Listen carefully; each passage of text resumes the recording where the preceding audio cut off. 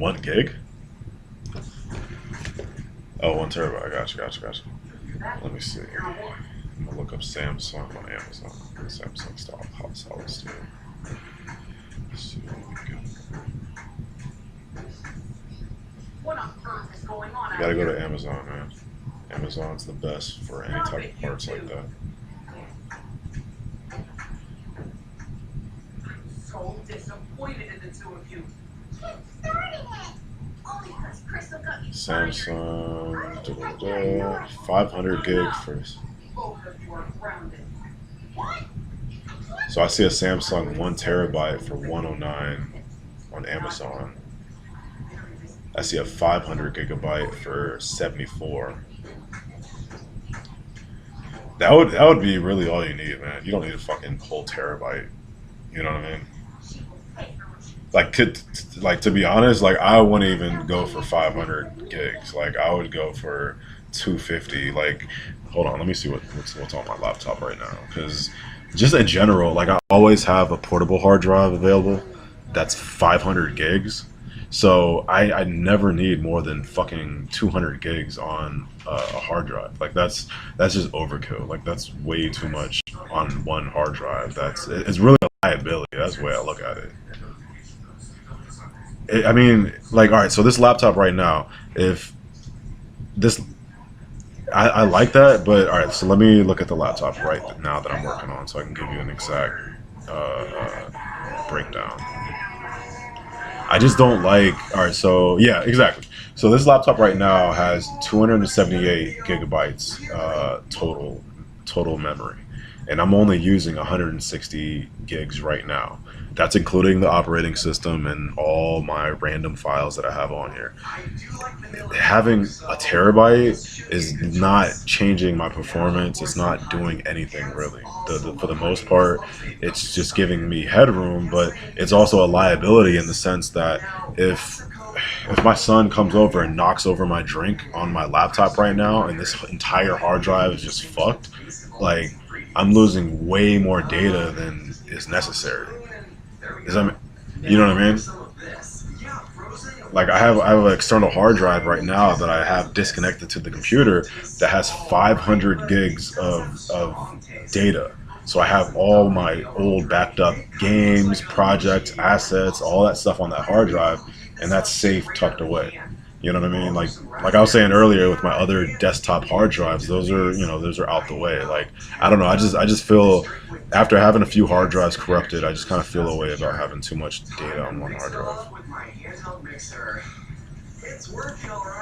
Especially when it doesn't, not to cut you off, but especially when it doesn't affect performance. Like a 250 gigabyte hard drive, a solid state hard drive versus a 1 terabyte. Like for sure, like if you just want to splurge and you got the extra money, then it's fine to get the extra space.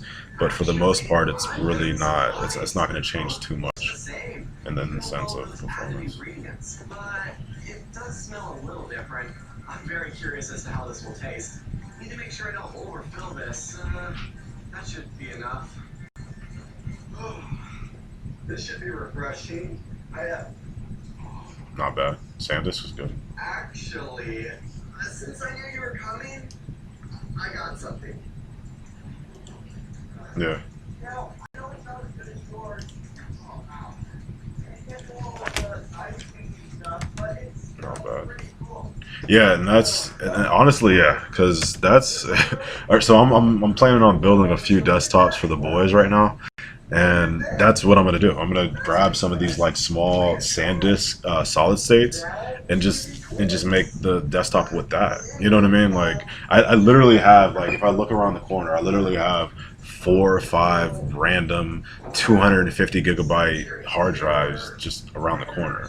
So, but they're slow. Like if I install Windows 10 on them, they're going to be slow and clunky, and they're not going to be good for games or anything. So, my looking at it is just like, even if I spend 40-50 bucks on a solid state, it's probably going to be way better than what I have now. So, that's the way I'm looking at it. And then for my personal computer, obviously, I'm gonna try to go for a bigger a solid state with a bigger headroom. I don't mind that, but just from my standpoint, I'm trying to build like a few different levels of computer. You know what I mean?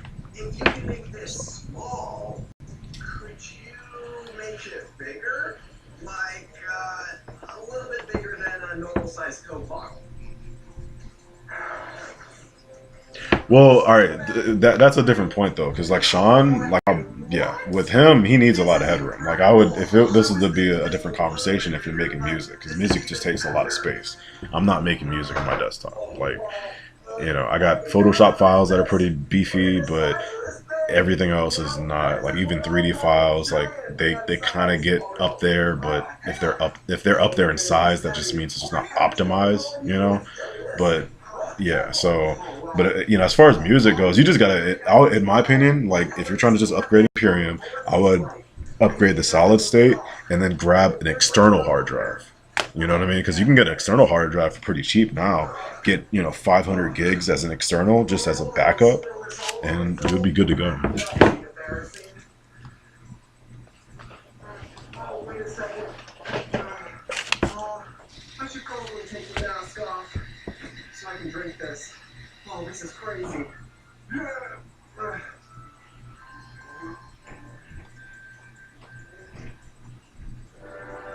Oh, nice. Maybe a little bit more. Yeah, that's perfect. Sure. I'll take that. I'm trying to find all the new files. Let me see if it's so. And let me make sure I'm in the right Unity. In the new Unity, they changed the way you get assets from the asset store. Like basically, yeah, yeah. It's much more neater, but and it's faster, but it's completely different. So I gotta get used to it.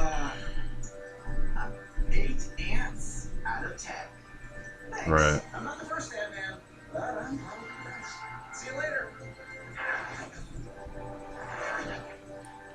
Yeah. No, I can get that. Let me see. Okay, I'm super excited for this next drink because we got Spider-Man coming. So I need to prepare something. All right, can you? Spiders? We already have some spiders crawling around. First it's ants and now it's spiders? That must mean that... No. I'm not even doing anything right now. I was trying to see if you can send me just the errors that you're getting when you're trying to import the asset, because I might just try to import that GitHub asset. Let's do. Yeah. Let's do that because yeah, I don't really want to mess with the new asset just because I don't know. I'm not even confirmed that it's more powerful than the old one. So let's just focus on that one, get that one set up, and just go from there. I'm assuming that it's a Spider-Man drink? Yep, I've been looking forward to this for such a long time. Whoa, Spider-Man energy. It's good. No, it's cool. Honestly, the best way is going to be logging into Unity, and let me see. Well, this should be interesting. All right, so let me update, because all you have to do really is create a new Unity project and then just upload it, and I should be able to grab it from there. So let me just update all the Unity stuff to make sure I got your correct email and everything in there, so yeah, that's possible. So let me just do that real quick. Actually, one of the first computer games I ever played was a Spider-Man game.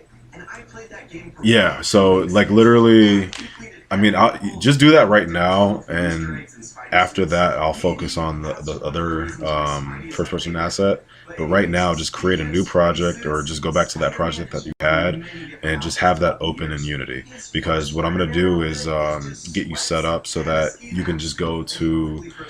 You're gonna have to go to Windows and then go to Collaborate. And then from there, you'll be able to upload it. Yeah, so like right now, I'm looking at the screen, it says collab, and you just click that tab, and then you click the little green check mark, and then it should upload to the cloud. So I'm just going to make sure right now that all the cloud, like right now, I know me and Sean are linked So if I send a project to him, he has it. But I just gotta make sure that you're linked on the same what's it called, the same organization, because Unity makes it really specific in the sense that like if I yeah, they just make it really specific. So I just gotta you just gotta double check something real quick. That pop out to assist him in hiding and hanging on to stuff. Of course, there are many other When Spider-Man outfits. All right, so look at my screen on the stream. You should be able to see that it has a little drop down and it has a cloud and it says start now. So it might take a while to get there. I don't really know where it's at, but that's Spider-Man start to turn evil. Yeah, that suit actually turns out to be Venom. yeah. So like on the basic Unity screen, right next to let me see, right next to the little button that says account, it's gonna have a little cloud icon. So the cloud icon is where you'll be able to see what I'm talking about. I have to say, this design really pops. My favorite part is actually the spiders. Well, I guess it comes down to how it will taste or how much energy it will give to people who drink it. You actually did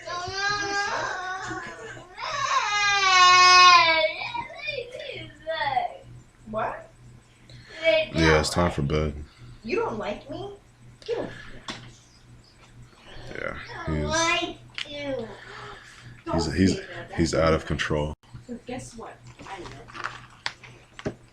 Come on. Why would you tell me to do all this? All right, so on the top right hand of the screen, you're gonna see a little cloud icon. It's next to the button. You see that? All right.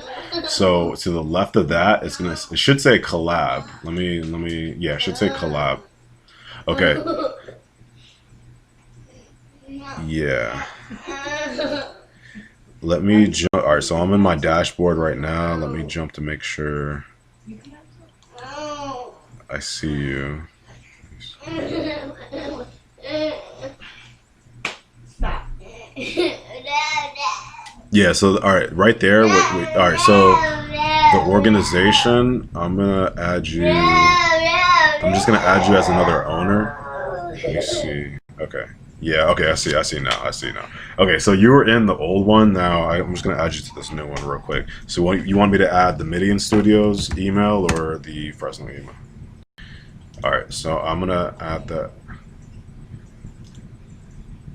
All right. Cool. So I'm gonna add you to that. So all right. So on the Midian, log into the Midian Studios email so you can accept the invite real quick.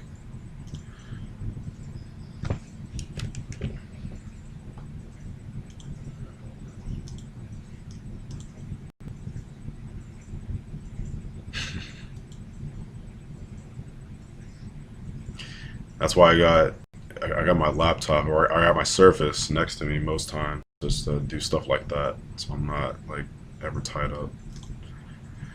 All right. Yeah. I'm all.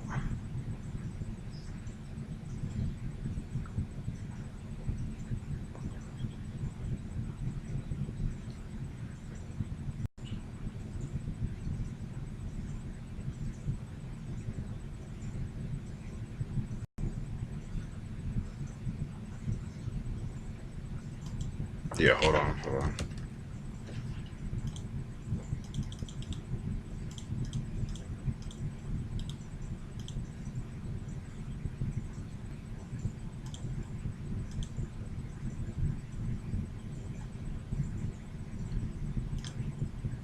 Okay, check right now.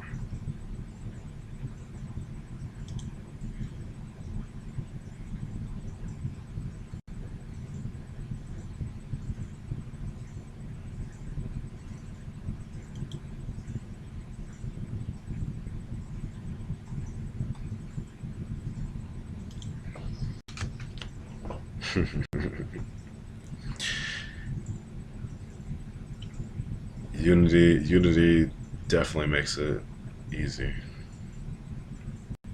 I have to say that.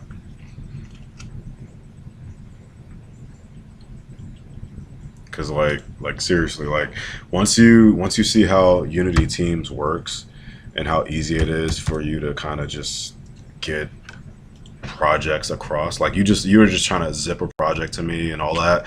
Like that's the fucking old school ghetto way. Like with Unity Teams, I'm you know, you got to pay for it. Like it's a monthly cost to pay for the Unity Teams and to pay for the premium version of Unity and all that shit. But for the most part, it's I don't mind paying for it right now in this pre-development stage because I know it's going to pay for itself eventually. You know what I mean? Like it's just one of those investments that you got to put into. But for the most part, like it's way better and smoother than just the archaic version of games before. Just hey, I'm gonna zip you a file and put it on Google Drive or you know whatever. With Unity Teams, you're gonna see literally exactly the project that I'm putting up, and you'll see exactly what changes I made. You'll see, and I can put notes on it. I can say, hey, this is after the flesh. I added a new camera, and this camera is a fucking CCTV camera that is just like a security camera that's on the side. That's a cool little effect that we're adding to the game. You know what I mean? And then you could see like, okay, he added this on, you know, October 1st at this time. Like it's just real thorough. You know what I mean?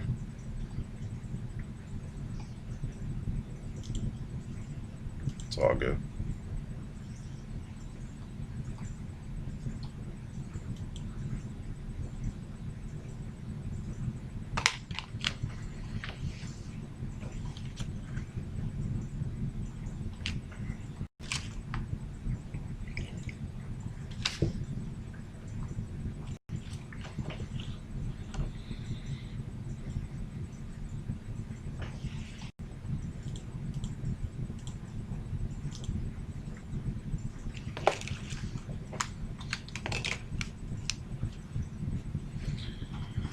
All right, let's see. So, you know what? Fuck it. I'm just gonna get that new asset. I don't, because I was gonna have to like dig in my email to find the old first person asset. I just bought this one, so we are going to review it and figure out what the fuck is going on with this. Like straight up, fuck that. I think it was like 30 or 40 bucks in the asset store. So I mean, it'll be a good little review. Let's check it out. All right, so let me pull up the asset store. You should be good. Yeah, you should be good to accept that invite and get everything set up. I'm gonna start getting this asset downloaded.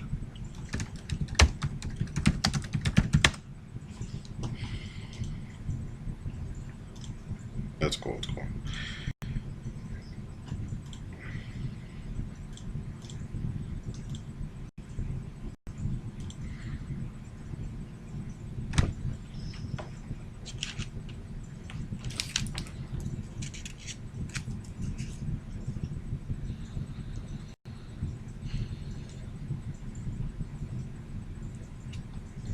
Like to be honest, with this humble bundle, it really felt, and you could see, I'm assets like it feels like they just gave away some of these assets, man. Like I'm not gonna lie, I spent like seriously, dude. You just don't understand. There's some of these assets I was looking at for months, like that the horseback riding asset. I'm not messing with it right now because if I mess with that asset right now, it would literally ruin the next 4 or 5 months. Seriously, like it would be that serious to the point where, because I was disappointed in Red Dead Redemption.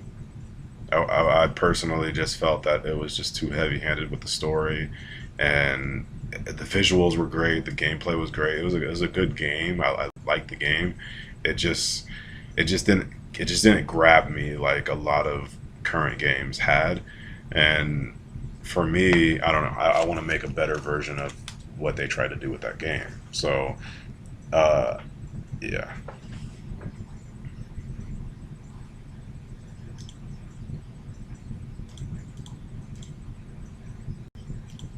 Are you on? All right. So make sure you're on the Orlando Game School organization.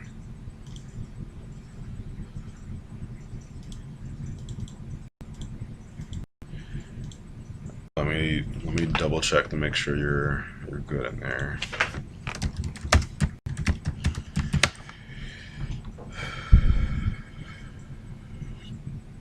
Let me double check.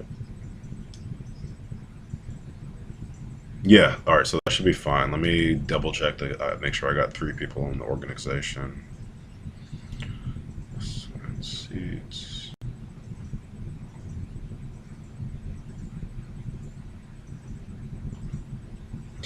Okay, so that's new. All right, cool beans.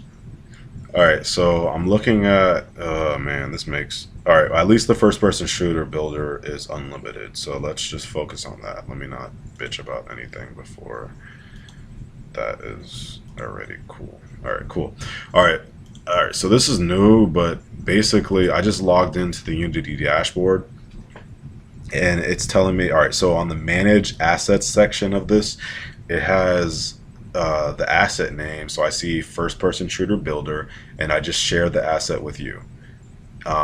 It's telling me that it has a single entity license and unlimited seats, which is perfect. That's awesome. So for us, yeah, for us, that means I can share it to you and you got it, and it's cool because you're in my organization. Same thing with a few of these other ones. Like I'm looking at like Overcloud, and it's they're more strict with theirs. Yeah. Overcloud, UModeler, which of course these are all the ones, these are all the really good ones that I wanted to share with you. The horse asset isn't. I want to share that right now because I don't want to get too distracted on it right now, but I'm gonna share it because I want you to check it out. Same thing with that that basic. Let me make sure I can before I do. Yeah, the easy character movement. I'm gonna send that too. So I just assigned to you 3 different assets. Let's just focus on the first person now. But what I was trying to say is that, yeah, some of these, yeah, these are the more expensive assets I see that they're trying to like delegate to say, yeah, only one person can have this. The other person has to buy it. Yeah, I guess they're clamping down on that. So this is yeah, you have to buy a seat. You have to buy it per person. So that's.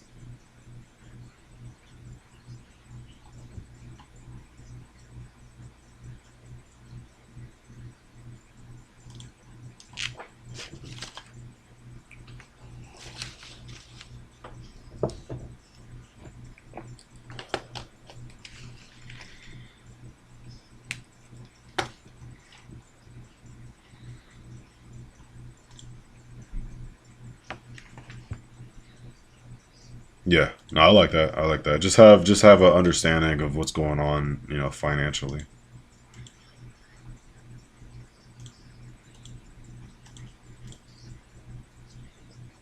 Right. Well, that's why like I don't mind, just getting this stuff right now because I know you're with it. You know what I mean? You're not going to go anywhere and just, like it's just, it's you and Sean. Like I just know everybody's, we're trying to do this thing and, we're trying to do it at a high level and this stuff is going to help us. So I'm not tripping about that right there. When it comes to other stuff in the future, like I'm about to pull the trigger on getting this 3D printer, and I have another locksmith that has like some warehouse space that I'm gonna rent out with him, and I'll be able to put the 3D printer over there and just literally just be churning out 3D prints all day every day.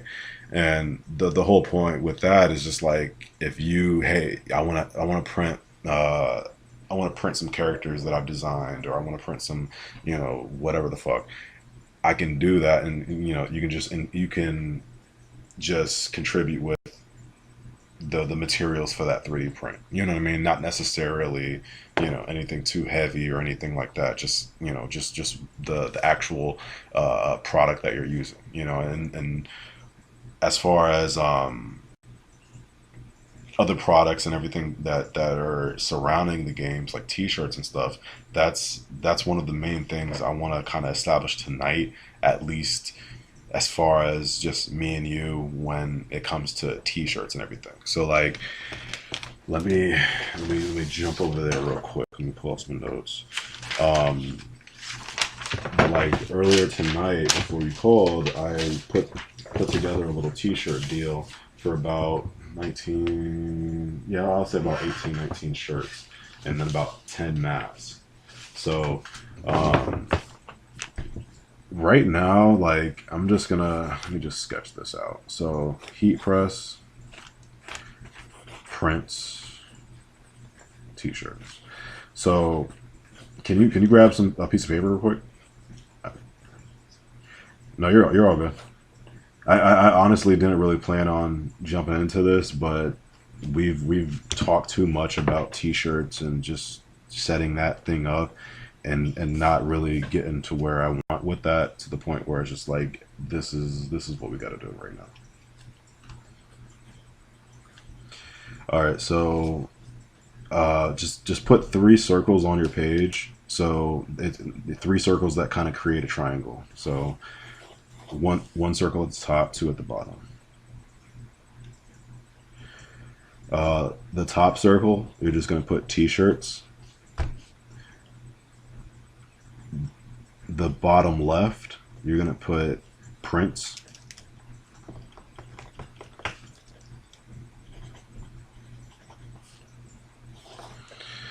And then the bottom right, you're going to put labor.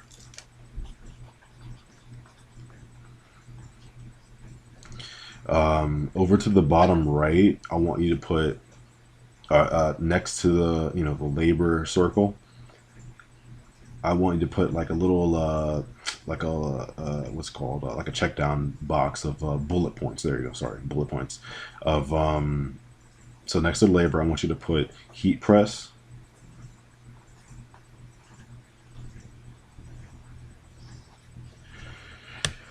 Okay. And then just put printing underneath that. So just two bullet points right there.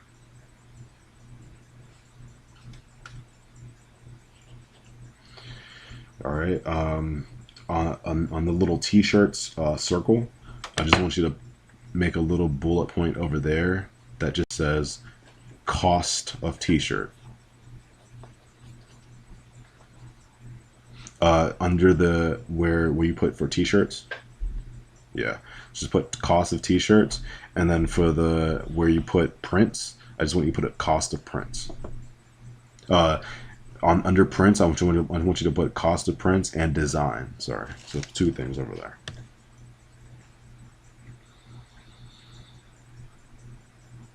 All right, so like, yeah, so right there, that's gonna be all you need. That's gonna be the bare minimum of what you need to create a T-shirt. The idea is that, let me see, just make this bigger for me right here. We got T-shirts, labor, and prints. All right, so all right, next to prints, I want you to put. Let me see. How can I explain this? The idea is that you should be able to get everything that you see in that. All right, so the first thing, the three circles right there, make a triangle out of that. So just make a triangle that is enclosing all of those three circles, if that makes sense. All right, so you got the triangle on there. That's yeah, no, it's all good. So like that right there is just literally everything that you need to make a product. That's what you need to make a T-shirt. Whether it's one T-shirt or 100, that's what you need. Like that's the bare minimum of what you need. So what we have is let's focus on T-shirts first, and then prints, because with you right now, like I'm going to talk about my neighbor real quick, because I helped him get set up with a little T-shirt print shop in his house to kind of do what I'm capable of doing, where I'm able to make a note of this. All right, so let me see. All right, so outside of the triangle, let's just make a little list, and let's put types of printing. Yeah. Right now, we're just gonna go. I'm going strictly like, hey, I got bills to pay. I got to make money for my family, for my rent, for my lights.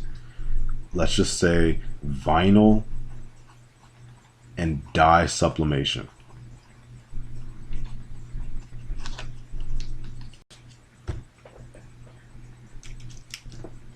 So there's just two things under types of prints.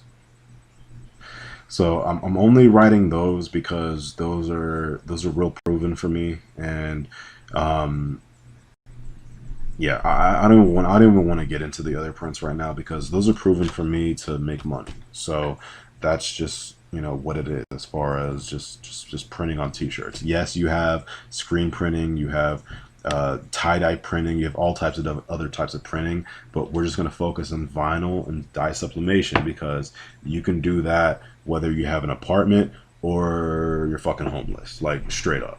Like, and I'm just being real because everything that I'm talking about, I'm trying to eventually put into a book that helps people like literally go from, hey, I got some ideas about making some t-shirts to, oh shit, I'm actually making money about with these ideas, you know?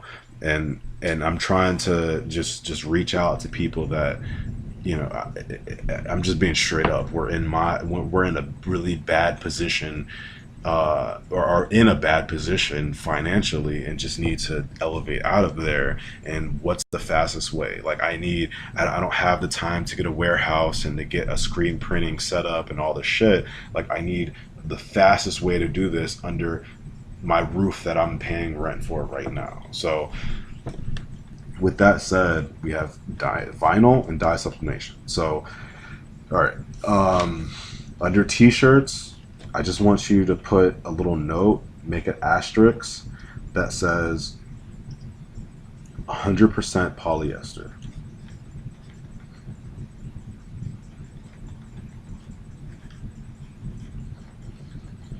So 100% polyester, and then I want you to put another one. So yeah, 100% polyester, and then put two dollar signs next to it. And then underneath that, I want you to put 100% cotton slash blend. So 100% cotton slash blend. And then I want you to put $1 sign next to that. And all right, we're kind of going off the rails right now as far as just what I anticipated on doing it, but it is what it is because I need you to really grasp what I'm doing with t-shirts down here. Like this is this is the type of shit that I was literally just working on a few hours ago, working out a t-shirt deal, and I need you to understand what this is. So I just logged into my t-shirt warehouse, and I'm just gonna leave this screen, this intro screen up real quick because I want you to see the front page. The front page, you have a hoodie. This guy has a hoodie on at first. It scrolls over to some hats. It scrolls over to a polo, some women's shirts, and it keeps going. But the point is, everything at this warehouse is wholesale. So these are the cost of the cost of these is not retail at all. So if I get a t-shirt here for $2, a 100% cotton t-shirt for $2, that t-shirt is expected to be printed on and sold for literally double or triple than that. So all right, so underneath the triangle, I want you to put just that. I want you to put cost of t-shirt.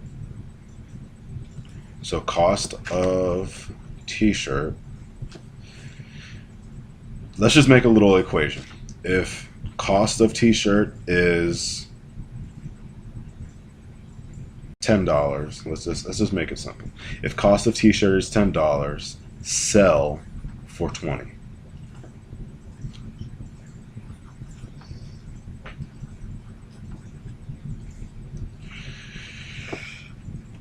I'm not going to get too much into it now, but the whole point of that is you're a business at the end of the day. This is not a charity. This is not a giveaway. This is a business.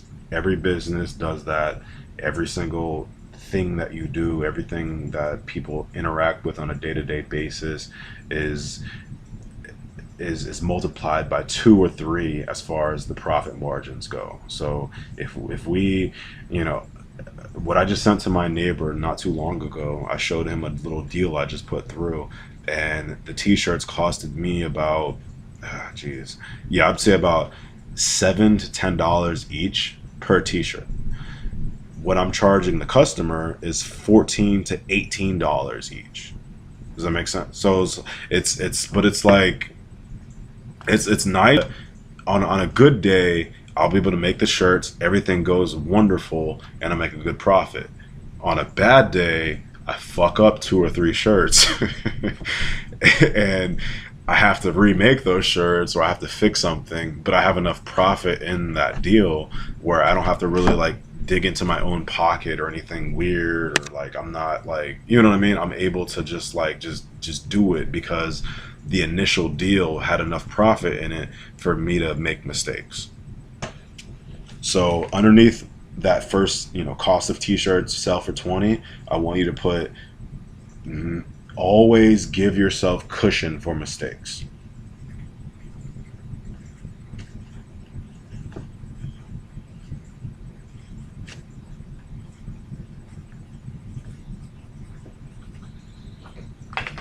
Yeah.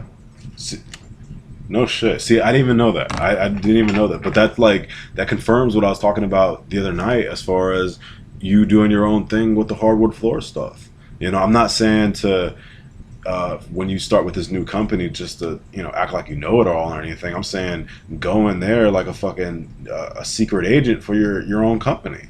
You know, there's no reason you shouldn't have Fresno's hardwood floors in Cincinnati, because if that's what you know and that's what you're good at, there's no reason not to have that, in my opinion. You know, like straight up, like if you know the bit, like you just proved that you know the business, so you know how to charge customers in the sense, and it might sound crazy at first, like you're charging a customer like a lot of money, but the reality is like they're gonna pay it, man. Like that's what I try to explain to my neighbor. Like he's just like, you know, like, just to give you a quick example, this deal right now I'm working on, you know, I'm charging the customer $260, and I told them, hey, and that's not including the mask I'm making for them. I'm charging them $260. I told them that I need a deposit of $130 for me to get started. Bro, the $130 I'm making, all the t-shirts, the cost of the t-shirts does not equal $130. You know what I mean? So the deposit, half of the price of what I'm asking for, does not even cut it. You know what I mean? Like I'm trying, like that's the crazy thing about t-shirts. Like, and that's the crazy thing really about business in general. Like when you were talking about hardwood floors and all that, it's just you just proved that it's the same exact concept. The deposit that I'm getting from you is more than enough. Like that's what it is, man. It's more than enough for me to get the job done. So it's like you're only a fucking retard if you fuck up at that point. You know what I mean? Like seriously. Like all right, so I got a customer right now. They're about to give me $260 for about 18 t-shirts. Let's just say 18 t-shirts. I only need, let's say, all right, so I'm about to get, it's $260 total. I'm about to get $130 from them for a deposit. Let's say I only need $60 or $70 to make those t-shirts. Do you see what I mean? Yeah, so that, exactly. No, and mind you, I took that that ideology from working for a sign company. So that's kind of what I'm talking about as far as being a double agent. Like it's not like in a sinister way. It's just like, hey, I'm working for you, but at the end of the day, man, I'm out here for myself.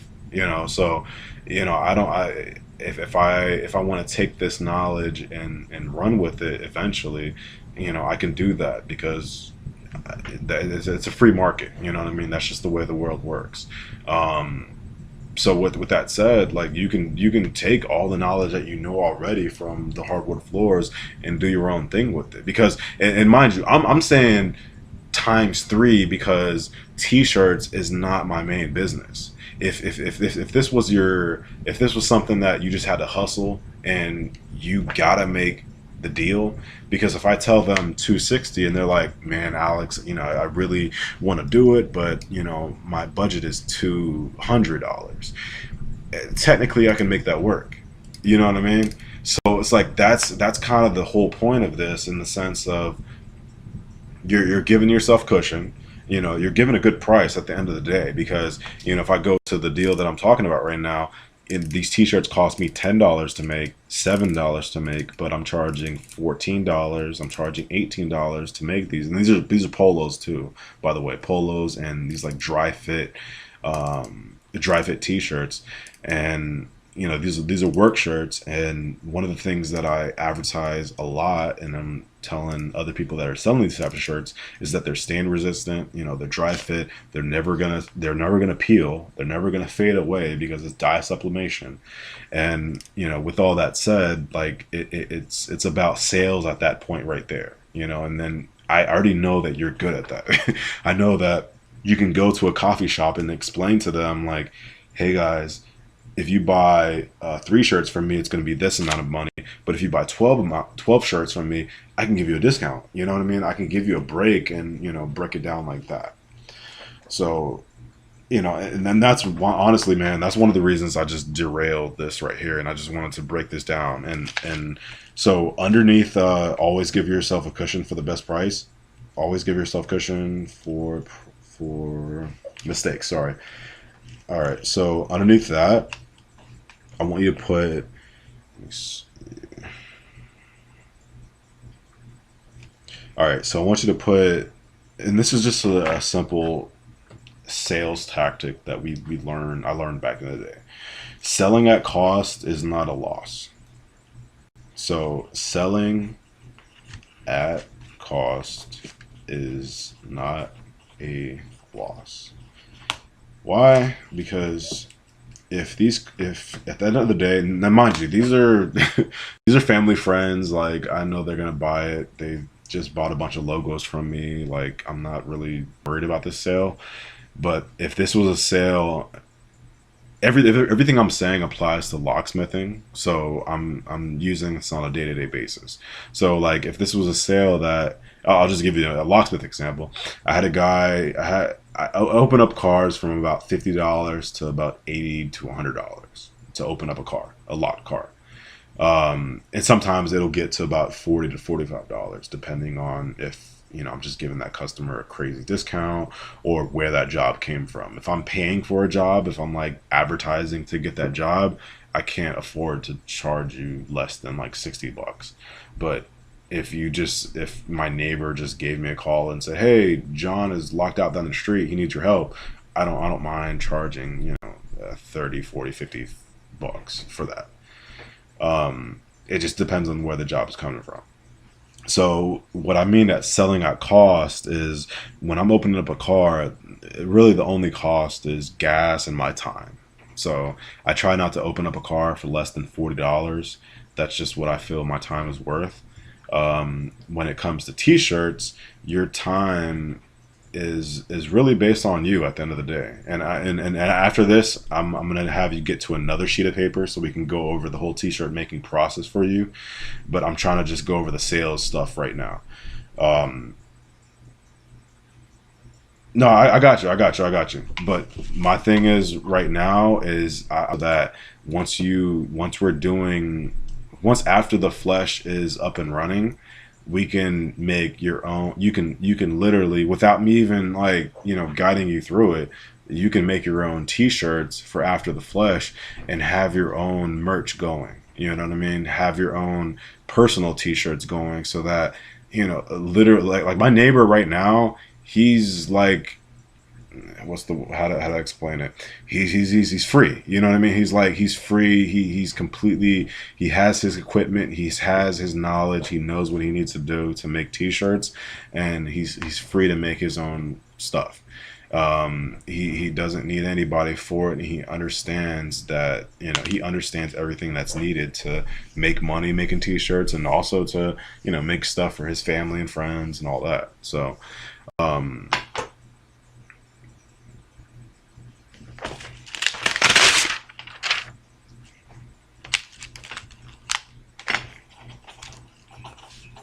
Hmm.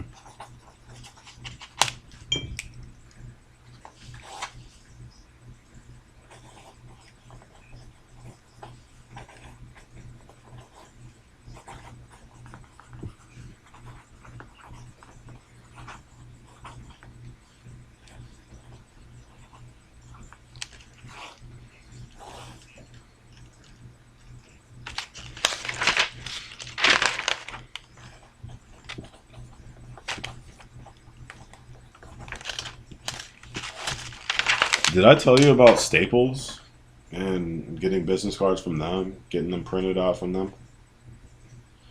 Okay. Um. All right.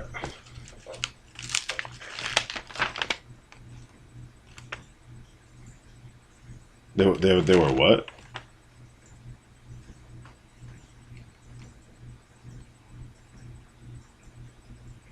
Oh, gotcha. Um. Okay. All right. Give me a second. I'll get to that. I got that on my little. Yeah, I got that on my next list. Let me get to the T-shirt production because I can actually. Yeah, I'm not gonna get to that right now. But the whole point is just like what I'm talking about with the T-shirts. In my opinion, it's the best way for anybody to get into the bigger things. So with the same customer that I'm talking about, just to give you an insight, they're starting up a pressure washing business. So and then they're doing like a cleaning business on top of that or whatever. But the whole point with them is from the get go, like I've already done business with them, like they're old customers, they're family friends, all that. But like I've already made T-shirts for them for their church in the past. I've already like just did a lot of work for them in the past, so they respect you just as far as like my artistic just freedom and all that type of stuff. They'll give me the free range, so I'm not I can talk freely on them and not really worry about anything changing.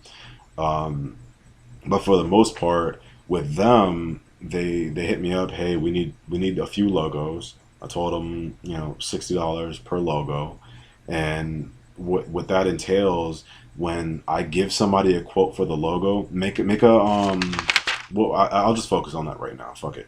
Go make a new page and just put graphic design. Graphic design on the top, and then underneath that, just put logos. Yeah, I got you. Let's just focus on like the actual production of the product, and then we'll get to the prices in a second. Because the prices for me, like, yeah, the prices for me are going to be more expensive because I'm gonna tell you, and I'm gonna tell people straight up. It's just like I make more money opening up a car or rekeying a house than I do making your logo. Like, and unless you're serious about your logo, and unless you're like, real about your business, I'm not even gonna waste my time with you for one. So, for two, I'm charging a certain amount, not even because I know I'm deserved of that amount, but mostly because I need to make sure that you're serious. And it sounds like a dick thing to do, but it is what it is. All right, so under graphic design, I want you to put logos. Underneath that, give yourself some space so we can go under the logos with some detail. But underneath that, I want you to put business cards and flyers.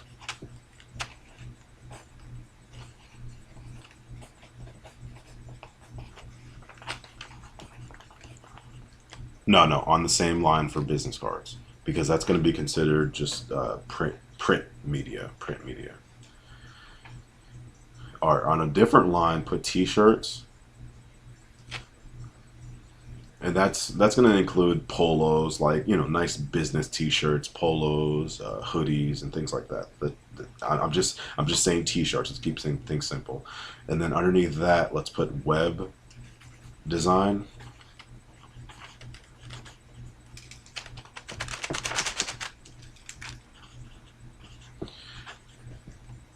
And then underneath that, I'm gonna put I want you to put a consultant, marketing slash consulting.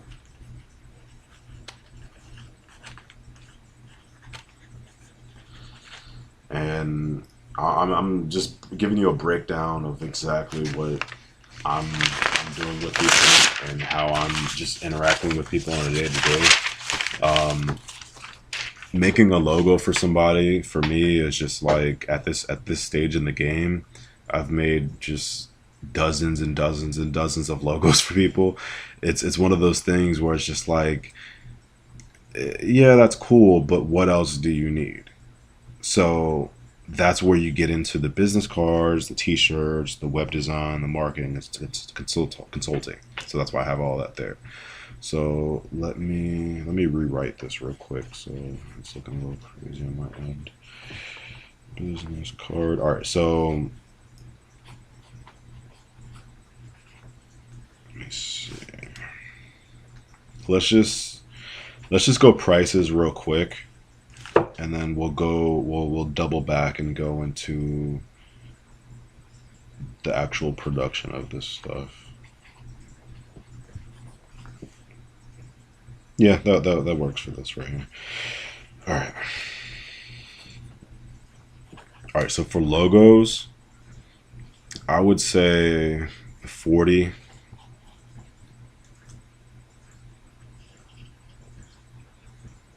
40.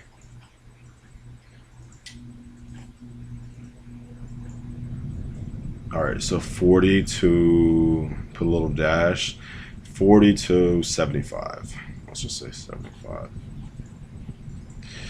I have to give you the little graphic design in 2020 rant for that because that's if other graphic designs heard me say that price, they would be pissed off and just they would give me all types of shit because as a graphic designer, I'm making a logo for your company, I'm making the branding for your company. I should be charged, I should be paid $100. Some graphic designers literally charge $300 for a logo, and it's not. To be honest, it's not. I understand it. Like I get it.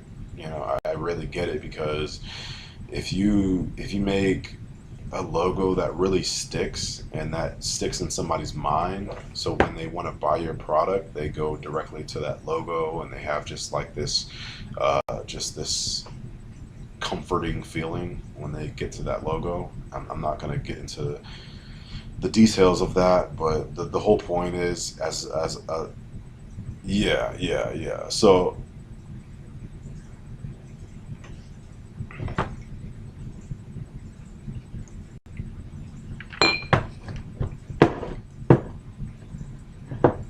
yeah, yeah, exactly. Their brand is so strong that it's just it just stands for something. It stands for something, and then the same thing goes for fashion, movies, whatever. So um, you have some guys that are able to charge a lot of money for that type of stuff. So I'm not tripping on that, but the whole fact of the matter is that you have a lot of people nowadays that are buying logos off of Fiverr for $5.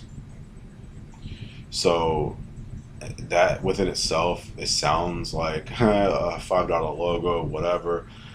These guys, you have people, like I said, I have to go on a rant about it because you have people in India that $5 to them, the damn near is probably $20 in rupees or whatever the fuck they're getting over there.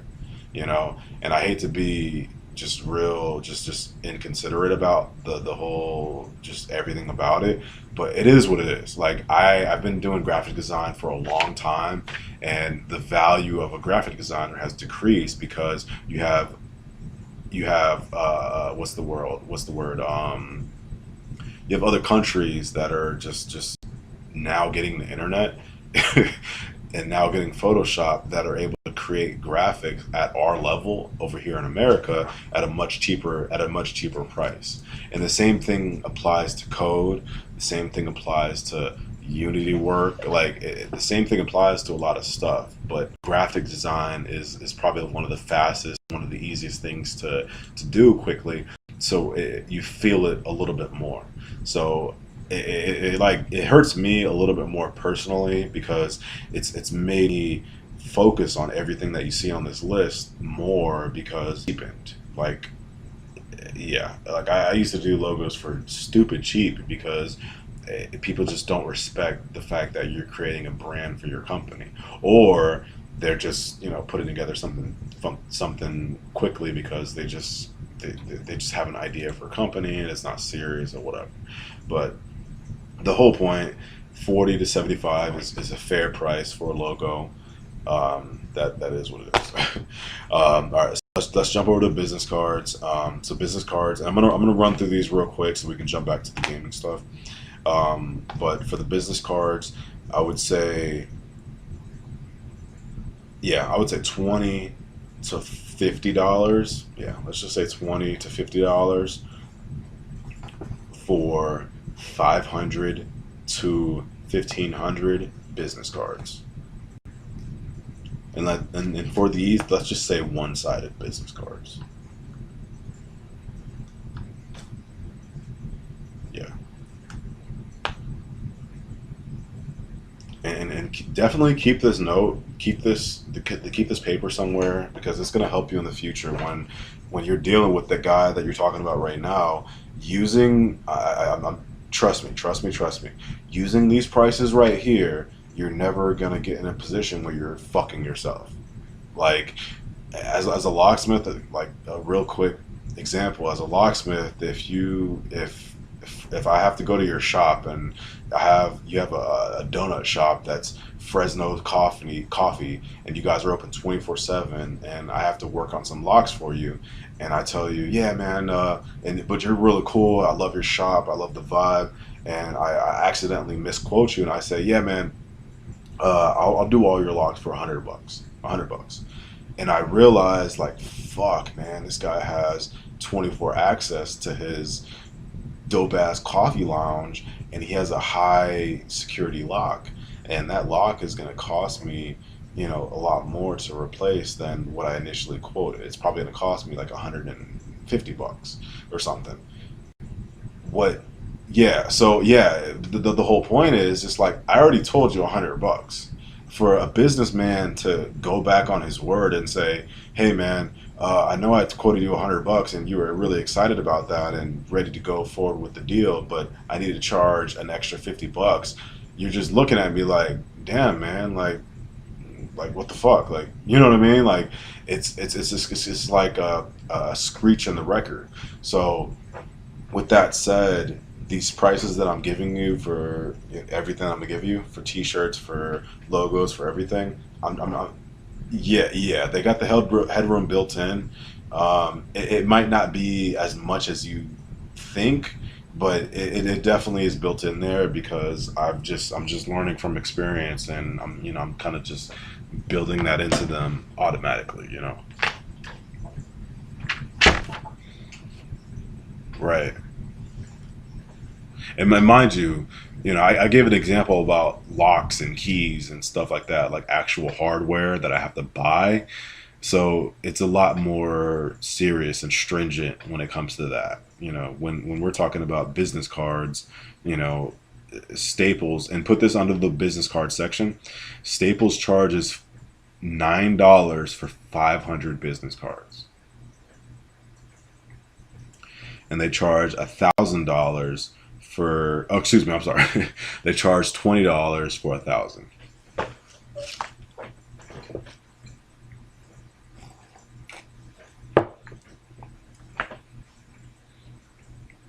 So the reality is like, I hate to say it like this, but your customer, if they're talking about buying business cards from you in 2020, they just want somebody to do it for them, or they're just not educated in business cards in 2020. Like, you know what I mean? Like Vistaprint alone. Let me just Google it. Fuck it. Let me just see exactly, because I was gonna say a random price, but let me see exactly what Vistaprint is charging. The point is, it's like if you charge somebody, I just charged a massage therapist for like $35, I think, for 1,000 business cards. So technically, I made $15 of profit on cards, which is really good, man. Like that's $15. It doesn't sound like a lot of profit. It doesn't sound like a lot of money, but like $15 of profit on a deal is huge when it comes to a bigger deal. Like I made T-shirts for her, I made a website, like I did a bunch of stuff, so that extra $15 just added on to everything. Um, yeah, so like right now, even Vistaprint, they have a shitty deal. Jeez, like then Vistaprint. Okay, so Vistaprint. Yeah, this is my first time. Holy shit! So all right, so they're charging 100. They're charging $15 for 100 business cards. That's insanity. All right, so I just told you, Staples is charging $10. They're charging $9.99 for same day print. Like if you put in a PDF to Staples at 10 o'clock in the morning, you'll get it that afternoon for $10. You'll get 500 business cards. So that actually works for us. Yeah, I'm gonna put that on my notes. Can you put that on yours too? Just put that, yeah, put like Vistaprint. I'm just gonna put that, yeah. Vistaprint's charging 100. Vistaprint's charging $15 for 100 business cards. They were considered back in the day, man. They were just giving away business cards. Yeah. This is actually really cool that I'm going through this with you right now because I haven't looked at this in a second.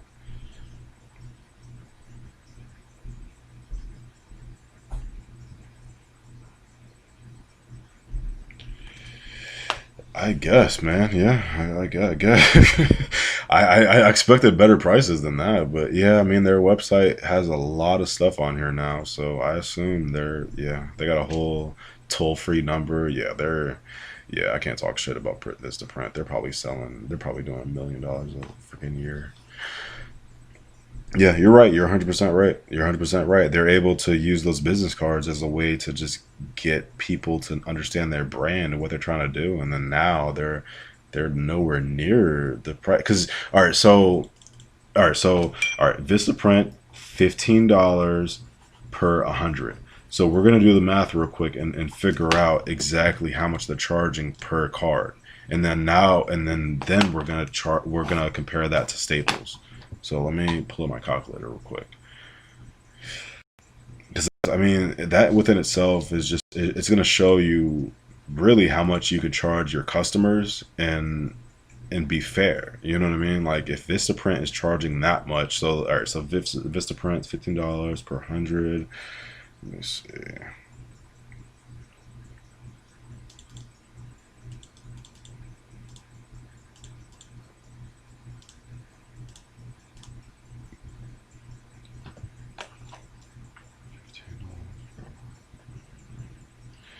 That's not the right math. Let's.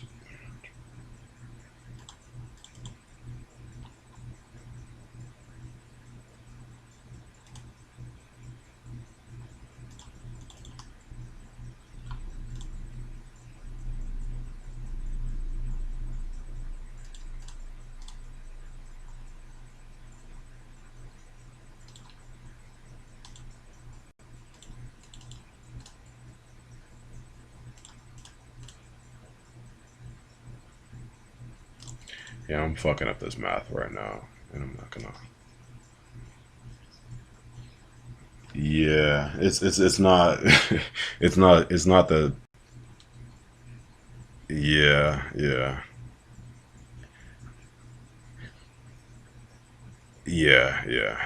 I fucked that up. But the whole point is just like, all right. So your guy right now, let's say you just go in the middle. Let's say you go in the middle and you charge him.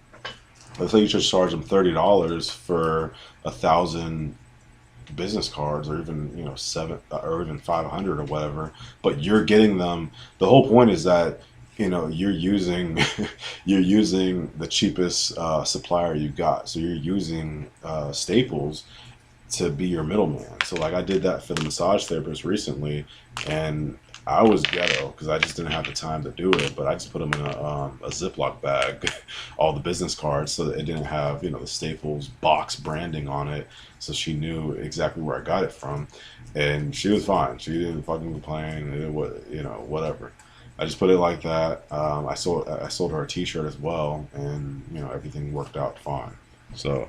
Um, a lot of the times, and what I do, I try to incorporate the design of the business card into the price of the actual business card. I try not to add an extra price for that. I try to just say, yeah, I'm going to design it and print it the same price. So, all right. Let's just run through the rest of these real quick. We'll jump back on the game dev stuff in a second here after I go through these prices. So for the t-shirts,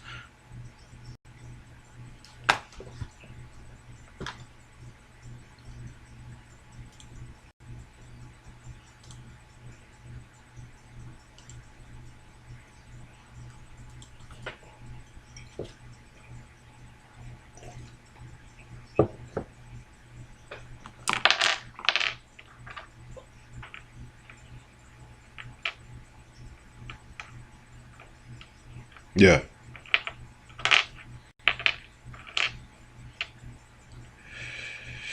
Yeah, I mean, honestly, the reason I'm bringing all this up right now is it's like you kind of tapped into what I was already working on earlier today. Um, I'm working on this customer stuff, and I didn't anticipate it at first, but eventually the customer is just like, hey, we want all this stuff, and I'm just like, okay, I need to take this time to like really focus on a bundle. What happens? What happens if the customer wants everything? What happens if they have a new business and they say, "I want everything that you're capable of doing"? So, for like right now, they got t-shirts done, or excuse me, they got logos done. I already got their logos completely done. They look amazing. The logos are completely 100% ready and done. They paid for them solo, so they paid for them $60 each by themselves. And then I told them to do it like that just because I don't want them to. And this is different than the bundle. So like with them, I'm doing everything by itself just because I want them to understand that I'm trying to give them the best deal possible. So $60 is what I charge for the logo. Pay for that separately. When I'm done with the logo, pay it. That's what it is. It's done. Boom. You know. And that's what they did earlier. I got done with the last logo that they needed. I said, hey, pay for the logo, and then I'll get started on the t-shirt quote, and then we'll go from there. They were fine with that because they understood, like, that's the price for the logo. This is going to be the price for the t-shirts and stuff. For them specifically, I wanted to do it like that. But I trust me, I understand what you're saying as far as the bundle goes. For the t-shirts, I want to say, let's just say $12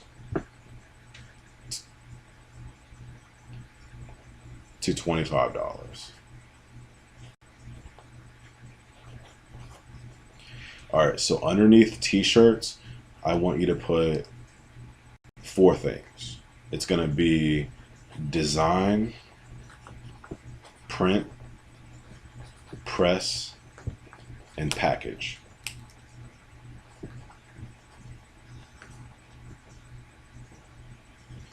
This right here is kind of goes back to what I was talking about when we first jumped over here to the t-shirt stuff. This is all you need to make t-shirts. So right now in this little ass apartment, I have my heat press and I have my Cricut vinyl cutter. So under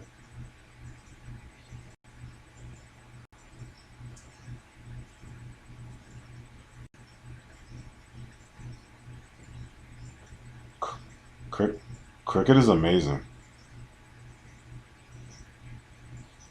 Oh no, no, it definitely. All right, so I used to work for the Catholic. I used to work for a Catholic print house that made a Catholic church print house that made Catholic T-shirts and flyers and stuff for the Catholic churches and shit. So, but they had literally $1,000 printers and cutters. So I used to work for them. So you're 100% right in the saying that a Cricut is a domestic version of those printers. That's what it is. But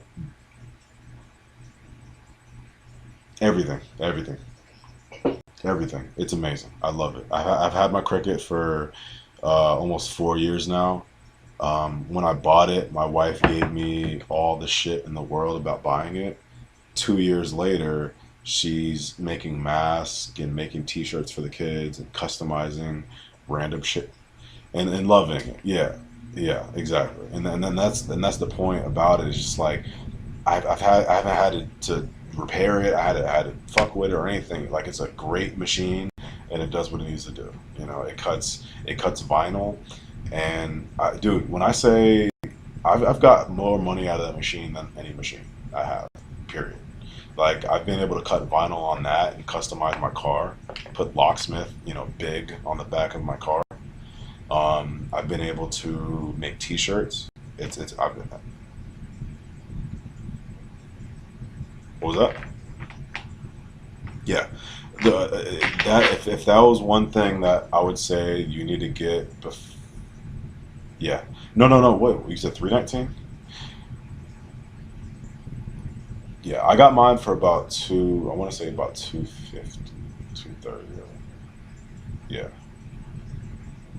yeah, and I got mine. Yeah, I got mine from Walmart too. I got mine from Walmart too. So, I got the Explorer. It's called the Cricut Explorer 2, and what, dude? What I that's one of those machines that I can never say a bad thing about it because it's yeah, it's made its money back. It's made its money back. And then I told my neighbor to get his, and he's been making custom masks with his, and he's been killing it, man. He's been killing it since all this COVID shit started in March. He got he got the expensive one. He got the Cricut Maker, which is able to cut thicker material than mine. Like mine can only cut vinyl, but his can cut like cloth and like carve into wood and shit. I can't do that with mine, but I don't really plan on using that. But the whole point is just like he's already made. He told me months ago, like literally months and months and months ago, that dude, my machine has made I made the money back from my machine immediately.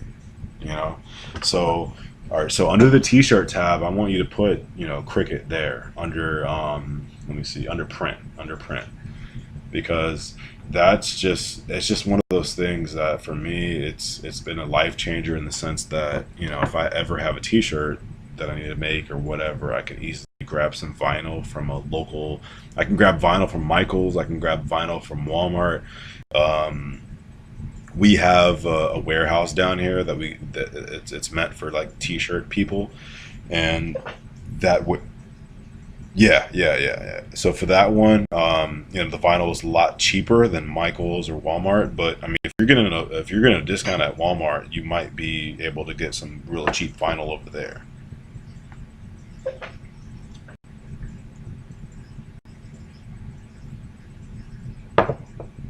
Yeah, but that's what I mean, man. That's what I mean. Like, dude, when I say that, the fact when I first got the Cricut and the kids saw me making stuff on the Cricut, it was just like magic.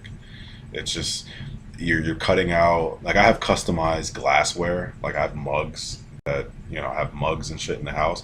I have an Iron Man mug that I made with the Cricut. I customized my car. I made T-shirts with Cricut. My wife made, like I'm looking at my trash can right now, like the trash can that we have in the house. My wife made this like multicolored. What's the dude from Sesame Street? Is it Grouch in the trash can? Yeah, so she made like this beautiful looking fucking Grouch character on the trash can, and she did that in the Cricut. It's just like if you have all the vinyl you need, you can make some really cool shit with it. It's individual. So much to really understand. So,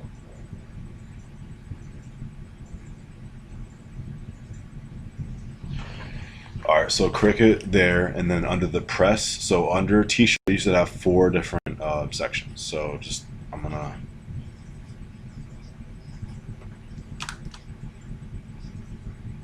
Yeah.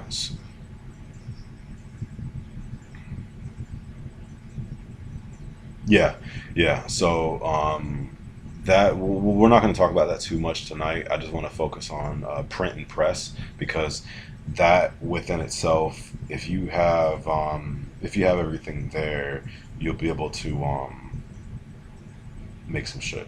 So all right, I just sent you the the trash. Like, dude, we can sell this trash can. Like, we can sell the trash can for like fucking $30 or something. I don't know, but like people would buy that trash can with Grouch on it. It's a badass trash can. She did an awesome job. I just sent you a picture.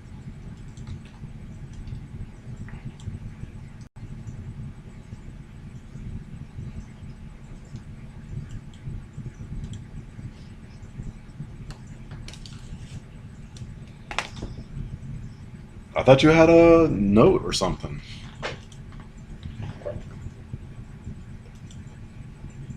Oh man.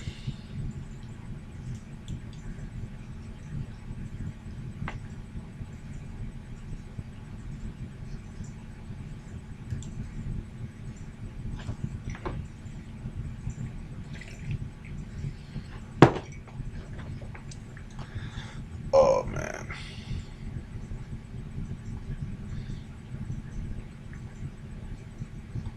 Gotcha, gotcha, gotcha. Yeah, yeah, with the cricket. Those are multiple layers. She has the patience for that. I don't. I don't. I don't. When she and but that's the point of what I'm trying to make. Like I had the machine for years and I never made multi-layered anything. Like I just didn't have the patience for it. And she realized like, oh shit, this is something I can use for everyday, stuff.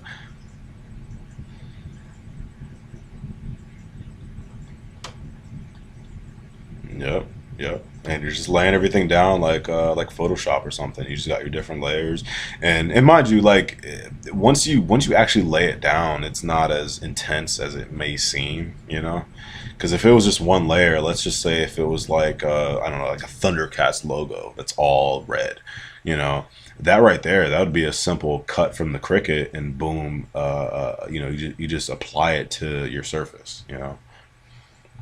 I got some stuff from Michaels recently to do a quick tutorial on cutting something from the Cricut and putting it on a car. So I'm planning on uploading that pretty soon once I get it done. Sorry. So the last thing I just want to go over the last thing with printing at home, and then we'll jump to the first person shooter asset because I'm in Unity right now. All right. So let me. All right. So under press, yeah, under press, I just want you to put dye sublimation prints. Yeah, just put dye sub prints. Um, First thing I want you to do is go to mytransfersource.com.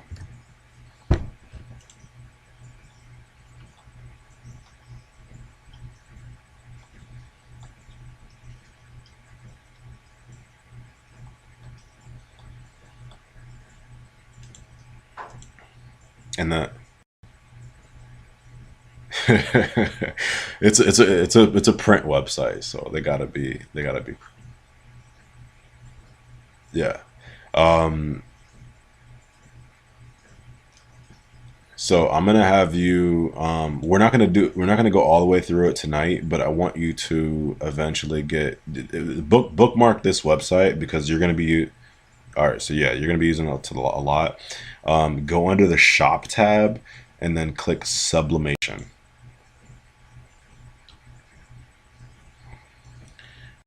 So sublim. Oh yeah, coffee mugs badass. All right, so right now I want you to just click on full color dye sublimation transfer. The first one, the cheapest one.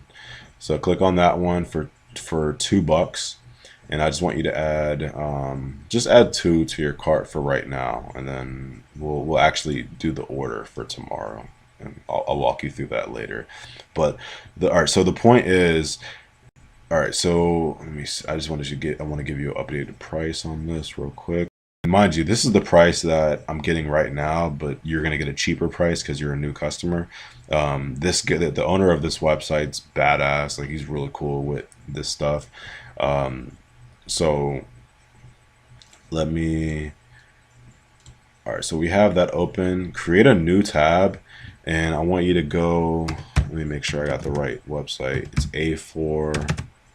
A4 is the brand that I'm using a lot right now for all my shirts. Um, Under t-shirts, I just want you to make a note. Where, yeah, just make a note under t-shirts to say 100% polyester only.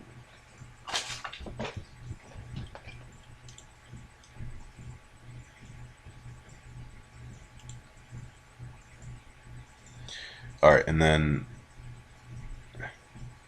no. Just go to A4, the 4 as in the number, .com, and then open that in a new tab.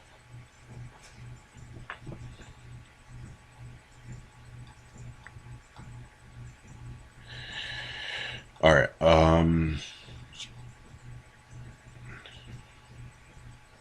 Spartan. Okay, so scroll down. You should see a little section called tried and true. All right, so it's just click on the one that says N3142.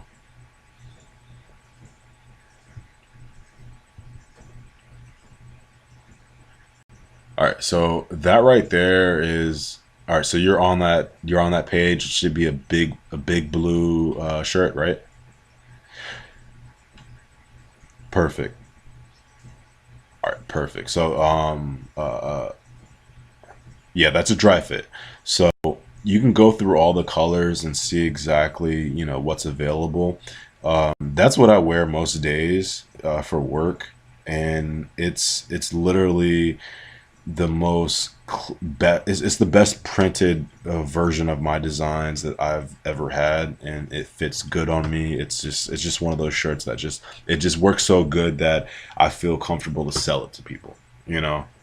So I guess that's the quickest way to get to that. Yeah, I love it. I love it, man. Like I said, I wear it for work every day. Like, this is just one of those things that I wouldn't get behind it if I didn't wear it every day. Like, it's just, I feel comfortable in it, and I feel comfortable selling it. So, I like that brand. Write down that model number for me, because that's going to be important in the future when we're making orders and stuff. So just put down N3142 equals 399 cost.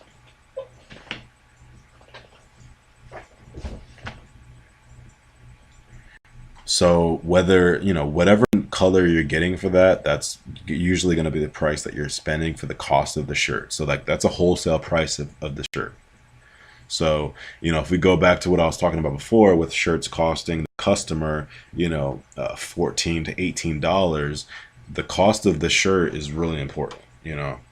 Um, with these shirts, really $4 for the shirt for us to buy, excuse me, is pretty expensive. Like, I can get cotton shirts for about $1.50 to $2. So put that underneath this, just because I want you to really keep that in mind.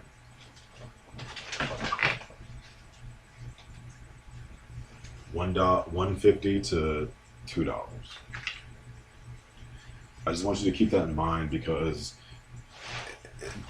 those are the objections you're going to get from people that say, hey, I can get shirts for cheaper, da da da, or whatever. Hey, you were impressed looking at the website just now. Like, hey, we are not making cheap shirts here. These performance dry fit shirts are high quality. They're not going to fade on you. And put that too, actually. Yeah, put that too underneath the model number of the shirt. Put that these shirts will not fade or peel.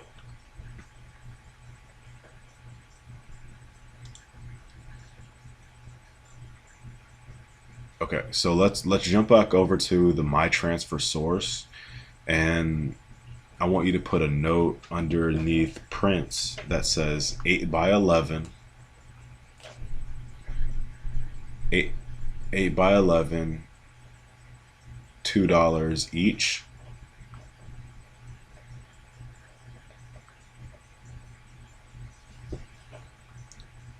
Dye.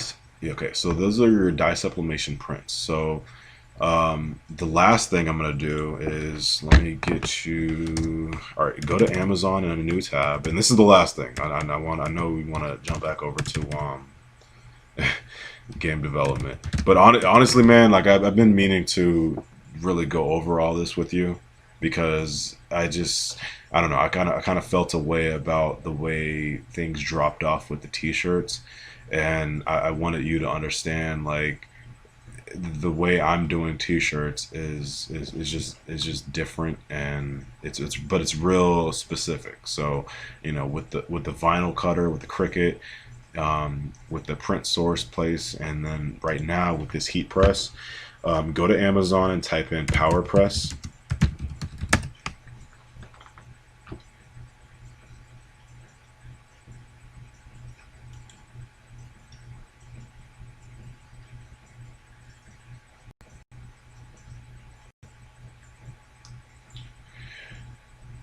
Yeah.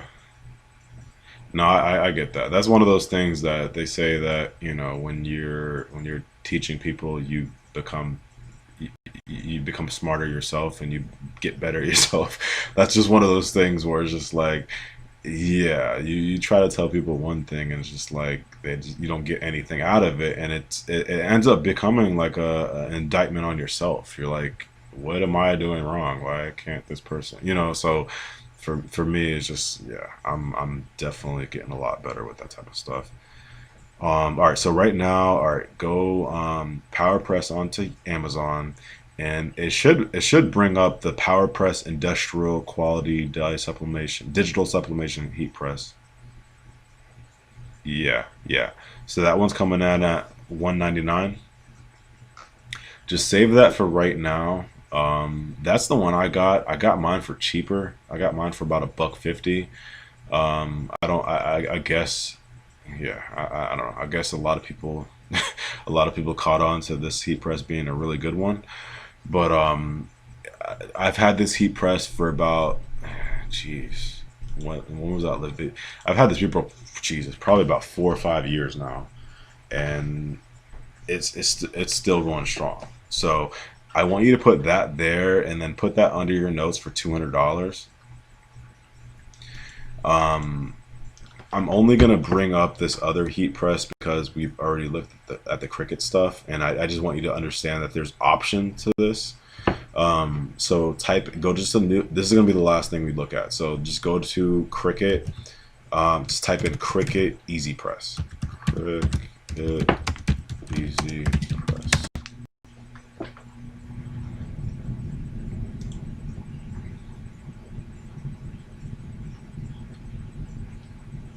I mean, you didn't have to. You can type it anywhere. It'll pull it up somewhere. No, it's all good.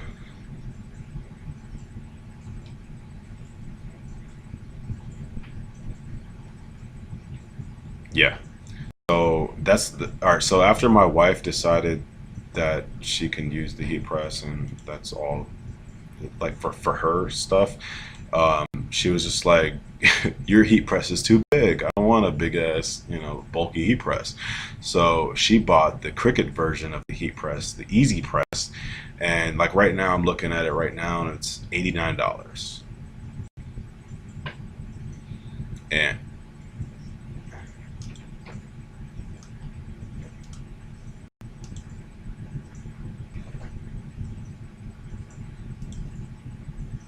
okay, hold on, let me, because the one she has is really tiny. It's pretty. It's only like 5 by 7. Let me go to the Cricut website and make sure I got the right price. Hopefully. Yeah, okay, so go to the Cricut website. Go to Cricut, CRICUT.com.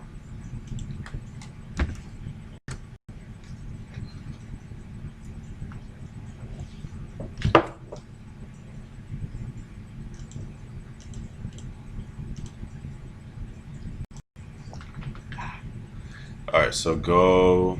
Let me see. Machines. No, accessories. Yeah, go to accessories and then go to Easy Press. That's not it.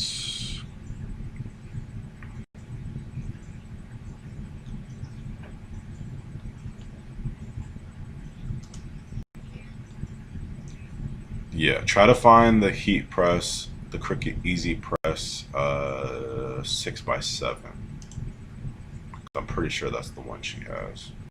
Maybe it's the bigger one. I don't know. I don't use her heat press, but I just wanted to show you just different examples of a heat press.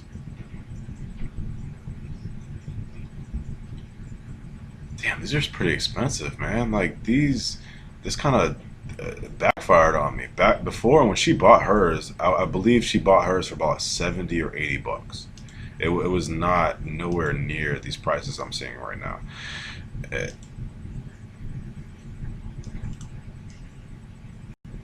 Yeah, no, that's not all right. So let me just backtrack. I'm sorry. So let's go back to that power press. All right, the power press 15 by 15 is going to be able to make any t-shirt, any hoodie, anything that you need.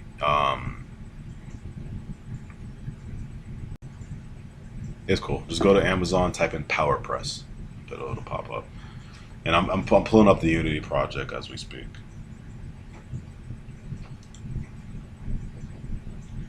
But the whole purpose of all of this, let me give you the golden nugget right now. So I'm gonna make a Midian Studios T-shirt right now. I'm gonna make a white t. And mind you, I'm just gonna just free ball it right quick because I just want to do some cheap costs prices. So all right, sir. So you want two Midian Studio T-shirts for your upcoming event? Cool. All right. So for me, the shirts themselves, like I said before, are gonna cost. Let's just say they cost $4 each for the actual shirt, and then from the My Transfer Station website that we just looked at, those prints, a 8 by 11 print for a shirt. So like mind you, those 8 by 11 prints. When I'm making a Midian Studio shirt, I'm gonna send that company a PDF, an 8 by 11 PDF that has a Midian Studios logo on that PDF, and then I'm also going to put whatever else I'm going to put on that shirt. The great thing about these prints is that it can be 8 by 11, but I can do multiple T-shirts with just one 8 by 11 print. Does that make sense? But all right, so for that to make sense, I need you to understand that when you get this special, it's a special type of paper. It's a special dye sublimation paper that when I get them in the mail, let me send you a picture real quick of a little dye sublimation special print. Yeah, let me send you a picture of that so you understand what I'm talking about. When I get this print in the mail, I know that I'm able to press this onto my 100% polyester shirt because remember we put only 100% polyester. I'm able to print this on my shirt, and it's gonna stick amazingly. So these dye sublimation prints, they can't. Once you press it at 390 degrees, let me backtrack and explain the whole process. Once you take that piece of paper that I just sent you, and I put it, I'm gonna send you a picture of a shirt that I took earlier. All right, so these are all right. I just sent you everything just now. The blue and the gold shirts are gonna be locksmith shirts for me and my brother. And that little print that I just sent you, that print, and mind you, is only. Let me grab a ruler so I can give you an exact measurement. All right, so that print I just sent you is only 4 inches long, and the shirts I just sent you, it's a full shirt. So if I get a print from my transfer source that has 2 or 3 4 inch long logos, I can cut them up like I just did in that picture I just sent you, and press it on the shirt, and there you go. You got 100% pressed, design on that shirt that's never gonna peel, never gonna bleed out or anything, because it's a dye sublimation. You're dyeing it into the shirt. So that right there, that process right there. So you got both pictures, right?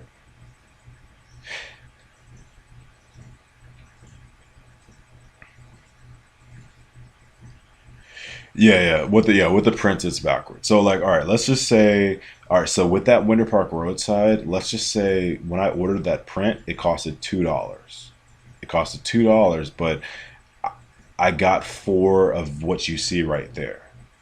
And honestly, I got that saved over here on the side, because I'm gonna be printing shirts tomorrow, and that right there is good enough for one shirt. Like I'm gonna put that on the left, where the heart is on your left chest or whatever, and that's just gonna be the logo. That's for our locksmith shirts.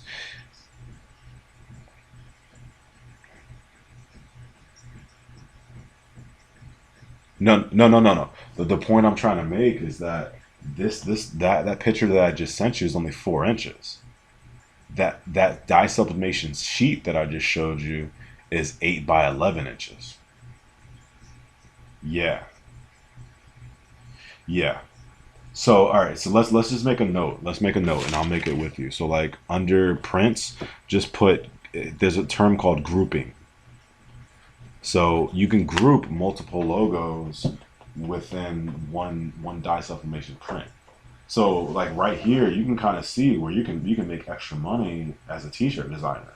You know what I mean? Like if you can fit more customer logos in one sheet, and you're only paying $2 for that sheet, you end up paying like freaking 50 cents per logo. Yeah, that's pretty much it. I mean, you need your heat press, you need the prints that you're buying online, and then you need your shirts, obviously. But that's really it. And that's the real cut the fat, streamlined version of t-shirt printing. And honestly, I wish we started with that before, because before I was trying to do just a few more different styles of printing, but after so long, I just realized like this printing right here is just the safest, cleanest version to do with less mistakes and less problems down the road. No problems down the road, really. Um, yeah, yeah, yeah. But I mean, you called me out on my fucking deadbolt that I had lined up wrong years ago, whenever the hell that was, when I showed you a picture of that. So I mean, you'll be. I had a customer that was crazy and lived in a gated community in the middle of nowhere that wanted an extra deadbolt on their door, and this was back before when I first started doing that, and I put the deadbolt on it, and it wasn't like to the naked eye it was fine, but like to a real crucial eye it wasn't 100% lined up with the initial deadbolt on the door. It was a little off. Yeah, and you called it out, and like I'm happy you did, because yeah, it was just true. It was just like, yeah, man, I could have did a better job on that. So, but with that said, it's just like if you can line up your stuff right with your heat press and your prints, like you'll be good. That's it. That's it. That's all you need. So, the last thing I'm gonna do before I jump over to the game dev stuff is show you just a dye sublimation shirt, just because I want you to see. Yeah, I'll show you a real basic shirt. I'll show you a real basic shirt with the size of the logo that I just sent you, just so you can see, exactly how it's printed on there. Yeah, and that'll be the end of this, because I don't know. I just wanted to let you understand like how simple it is to do shirts once you have all the equipment. Like, mind you, the equipment's expensive. Like you're spending, $200 on a heat press, and then another 200 maybe on the vinyl cutter. So you're gonna come out of pocket almost, maybe 400, $500 at first. But the point is Yeah, I'm gonna send you. Yeah, I'm gonna send you the back of my old van, so you can see what you can do with the Cricut machine. Literally with the Cricut machine, and going to Michaels and getting vinyl.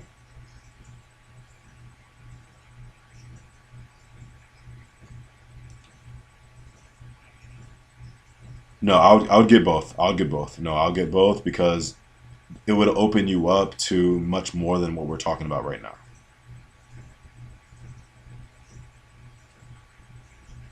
Yeah, yeah. So with that right there, all I used was Cricut transfer paper and Cricut vinyl. They have this a very specific vinyl called the Cricut 6150 651 vinyl, and it's meant for like signs and outdoors and cars and stuff like that. So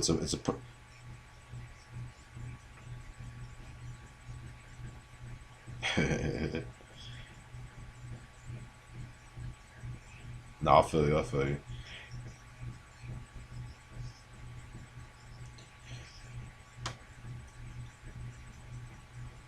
Well, with the Cricut, it's a smaller platform, so with that, I had to line it up. If I had a bigger machine, but it wasn't too much. It wasn't too much. It's only about three pieces with that.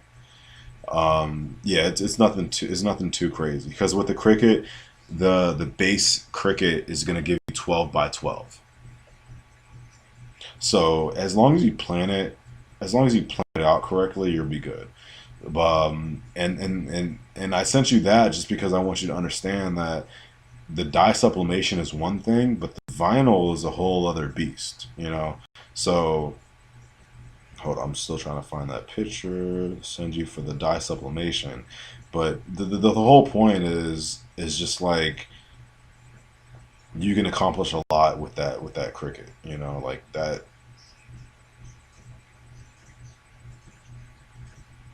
Oh yeah, for sure.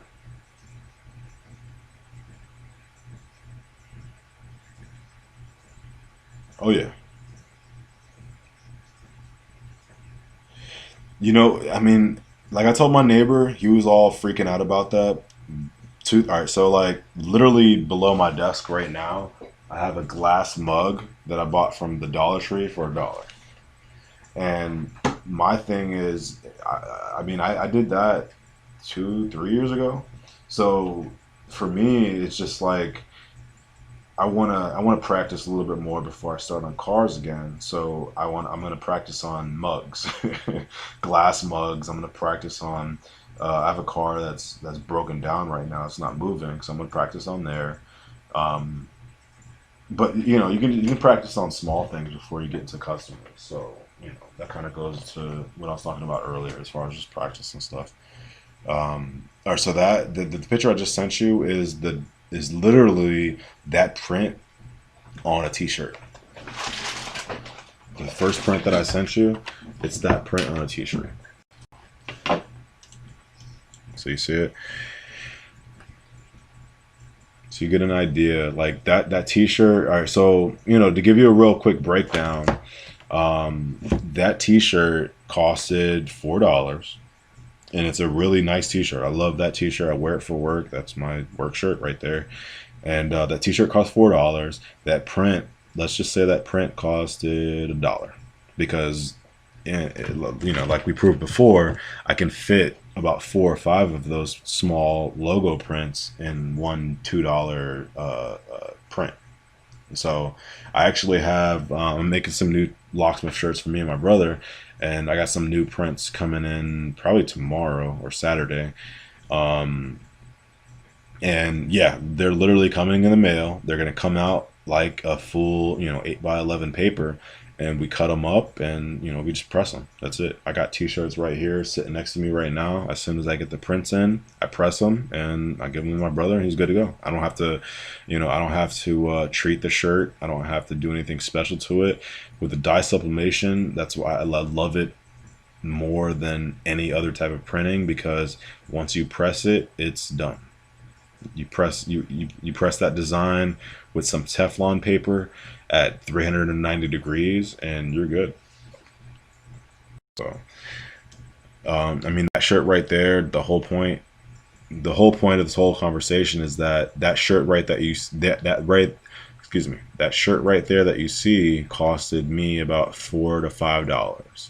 I can charge somebody 12 to $15, up to $25, depending on how many shirts they get, for that same shirt. So that's the whole, yeah, that's the whole. No, that's what it is. That's what it is. But I'm giving you real quick numbers right now, but you have to take into account, your hourly money.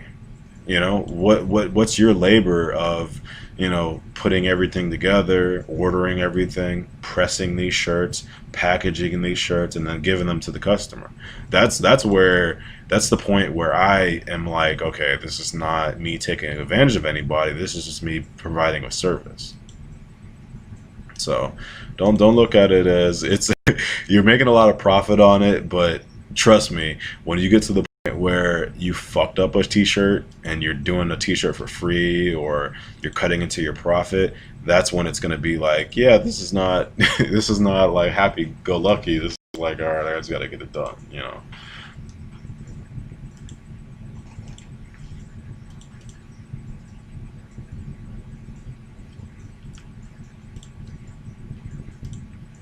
But that's what I was talking about earlier with the map.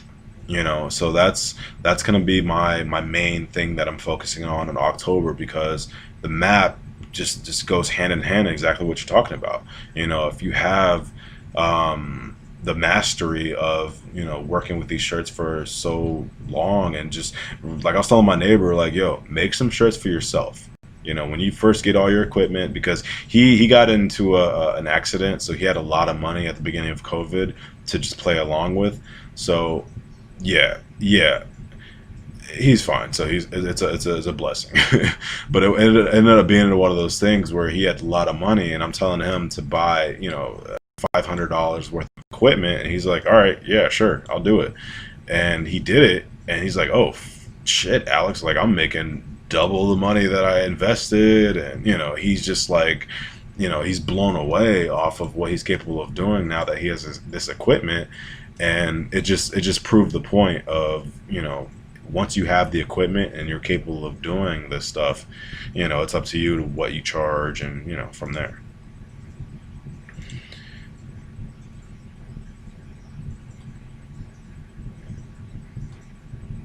Yeah. And really, like, I'd say 500, just to be realistic. 500 is what you need to, literally make sure it's in your apartment, make sure it's in your house, make sure it's in a storage unit or whatever, where you're able to just knock it out like that.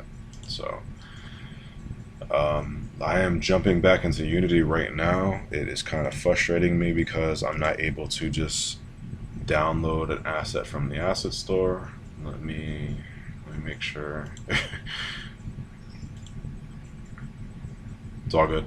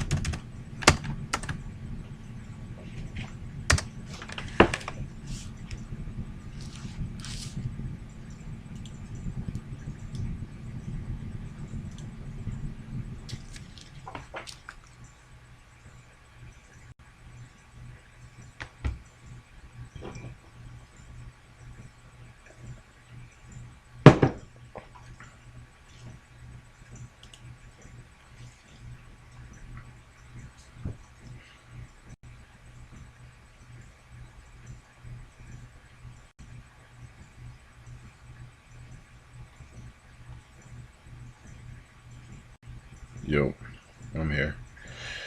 All right. All right. So I see what's going on with Unity, or what's going on with the asset store and everything. Let me. All right. So I'm sending the first-person shooter builder over to Unity now. It's gonna take a little while to Yeah. So it looks like it's gonna take a little while to actually download over there. It's about 3.7 gigabytes. But while it's doing that, yeah, once it's finished, I'm just gonna package it up and send it to you so that.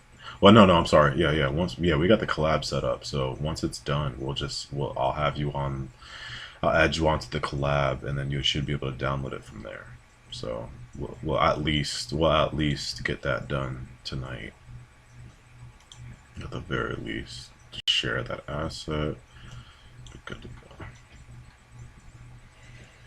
Yeah, one of the cool things I love about the assets I just got is the fact that they have the low poly stuff and then they have the AAA stuff. It's really cool.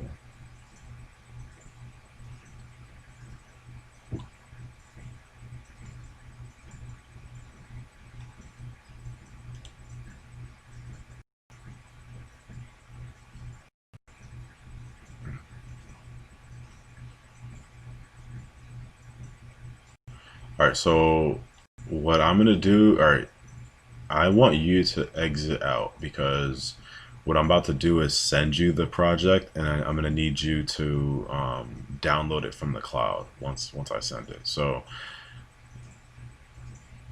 yeah, close Unity and then open Unity back up to get to that main Unity page where it asks you, to open up which project or a new project and all that. Yeah, for sure. Because one thing that me and Sean are realizing is that as we get along in our development, it's kind of a headache, but it is what it is. Unity just updates a lot, so you don't want to get into the habit of just opening up Unity blindly, and you might get into, like, right now I'm in Unity 2019. Some of my stuff is into using, yeah, excuse me, some of my stuff is in Unity 2020, but 2019 is more stable for all my other assets. So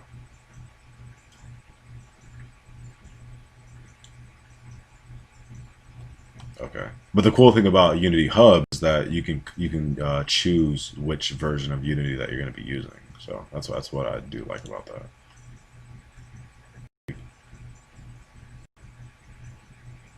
Yeah, I mean it's not necessary unless you got a bunch of stuff going on. But for us, I would say at least to have 2019 and 2020 installed. It'll be helpful.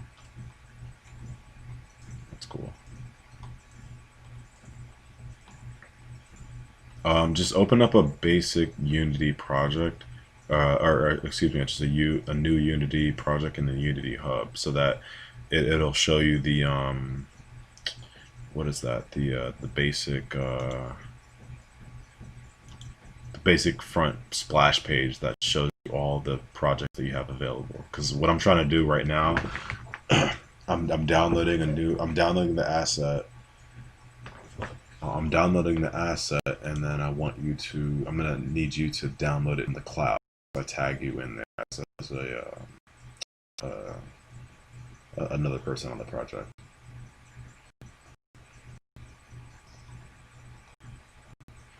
To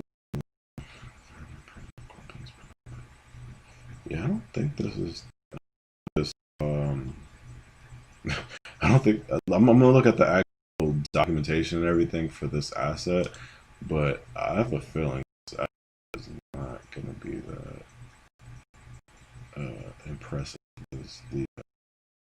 But either way, it's a good. It'll just be a good platform to start with, and we'll just use this regardless. But we'll just have to just know that this is not gonna be like I don't know, top tier asset as far as like if I wanted to make a if my only focus is to make a first shooter asset, I'm not going with this one right here. There's stuff available.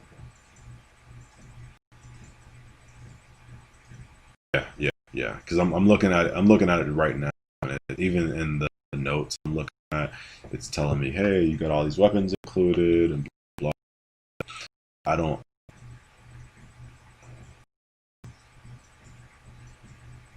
mm.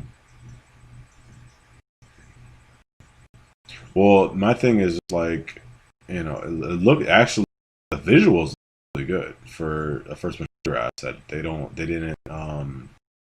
didn't hold on the visuals. The visuals look really good. The weapons look really good, and all that. Everything else, like I have other assets, other first-person shooter assets that have more connectivity as far as like like Doom, like literally one of the first first-person shooters ever. Doom and Duke Nukem and Wolfenstein all had a key system. You go to a door. If you have a blue key and it's a green door, you can't go through that door. It's a key system. So something as simple as that in a asset is just like, what are we doing? Mm-hmm. How much was that bottom? Okay.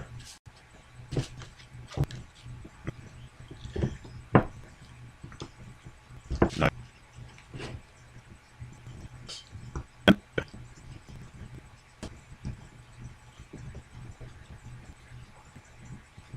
Said like to make a we can use that for fucks because any just gamer would know that spending dollars on an asset, I can make more than that obviously with a finished product. So even if it has evil vibes or whatever, like you just gotta know in general, like you should be able to make that money back.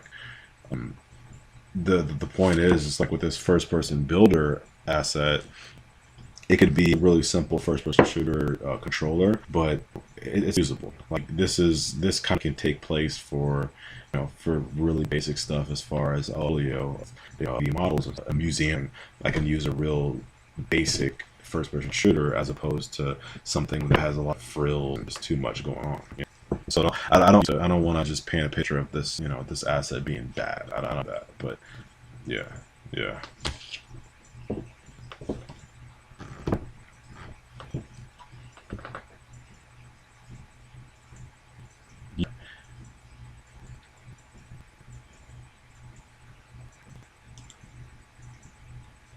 Maybe we should download this horror game kit.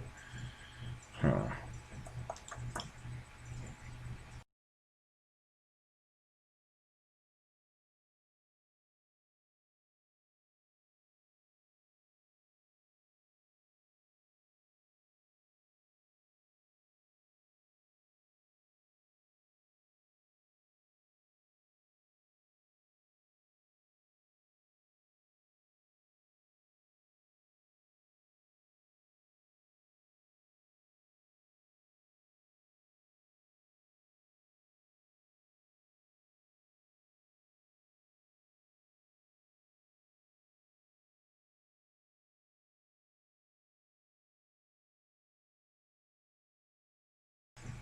Did you ever see that free horror game kit in Unity? Yeah. No, no, the free one, the free one. Okay.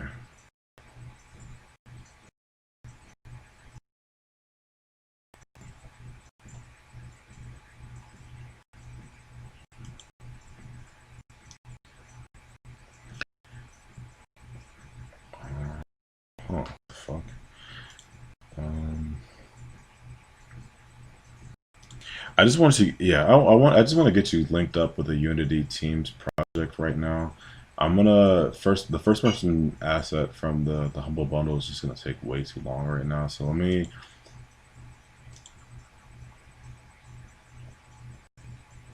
yeah, I made a new After the Flesh project. I'm gonna cancel the first person shooter builder. I'm just gonna download the free horror game kit and get that set up with you so that we, because I just want you to see the process of working simultaneously on the project in the cloud. So I'm just gonna do the free horror game kit for right now, and overnight, because the other project is like 3 gigs and it's not gonna be able to download that quickly. So yeah, so overnight I'll download that one so that we can play with that tomorrow. But right now, this one right here is only 36 megabytes, I think. So yeah, so it's uploading right now. That way, right now you'll be able to go on the Orlando Game School cloud and download the After the Flesh project, and it'll be this free horror game kit, which is a first-person shooter kit for.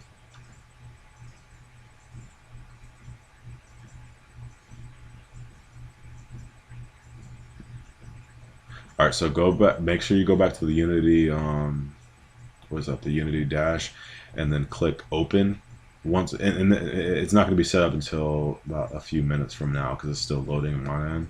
But you're going to click Open, and then it should give you an option to look for the cloud, and then you should see After the Flesh there.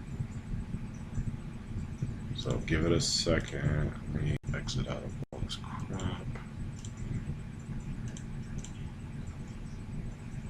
Yeah, yeah, in the Unity hub though, in the Unity hub. Yeah.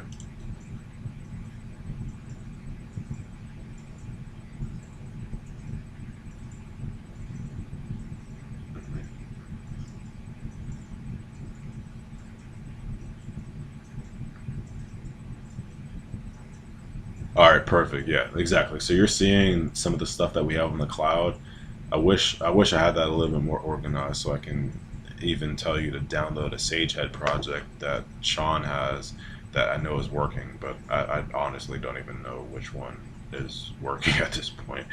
So let's just focus on what we got. All right, so I got free horror kit. We're gonna import it. So right now it's already downloaded. All right, so it's gonna import in a second here. It's just waiting on me right now, so you're not behind or anything.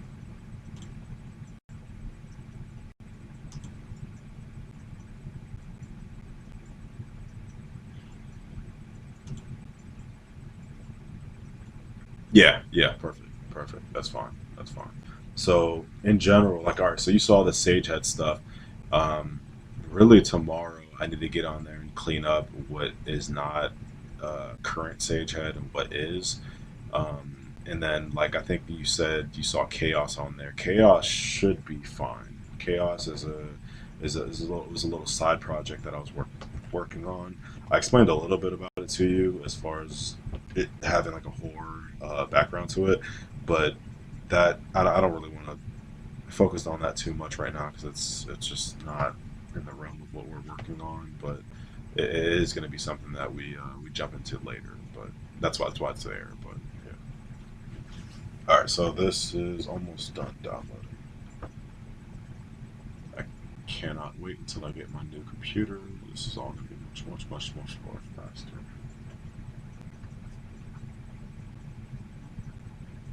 Hmm. How much do you got right now?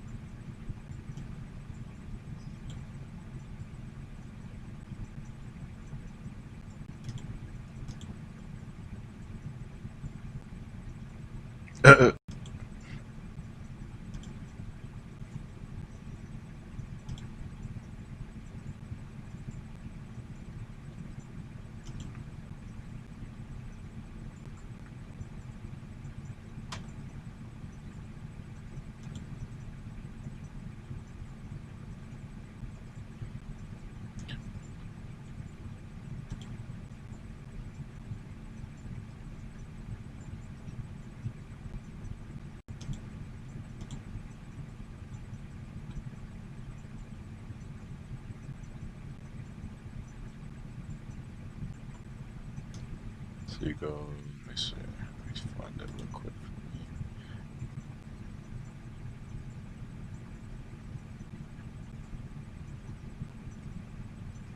Well, go to the Windows icon and just right click over there, and then go to it's computer management. Yeah, I know what you mean as far as like the UI changing. Yeah, I don't understand how Microsoft thinks that's a good idea. Like, yeah, let's change it every time we update it.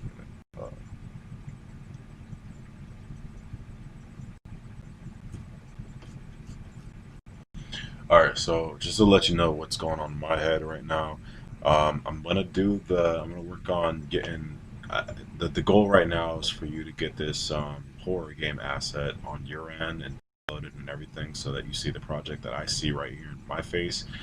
And then after that, once we get off the phone, I'm gonna create a new project and just do Rose slash Abigail, and that's gonna be for the easy character movement asset, the one that we were talking about earlier. So I'm going to create that project too, so that tomorrow I can hit you up and say, hey, download that project too. I'm going to start putting the characters and everything in there, so that we have two things going on at once. No, it's fine. It's still loading up. It's still importing on my end. That's why like even this one it's importing. It's almost done, but that's why I didn't even want to play with the other one, because this one's only like freaking 300 megabytes compared to 3 gigabytes over there. So as far as the computer goes, if you click on the Windows icon and right click Computer Management, you go there and then you go. Let me see.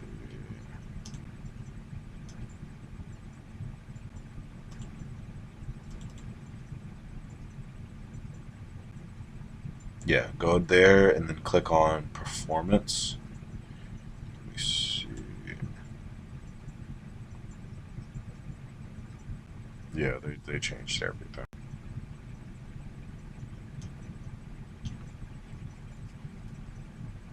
And you know what's annoying that I found out from one of these guys I'm buying a computer from? He was just like, "Oh, uh, uh, yeah, all right." So that I just found the exact place I'm looking for. So under Performance, you're gonna be able to find the processor information, the RAM, and all that. Yeah, so I only have not right click on the Windows icon. And, yeah, computer management, and then just go click performance. All right, so you should be able to find available megabytes. Like right now, I only have 660.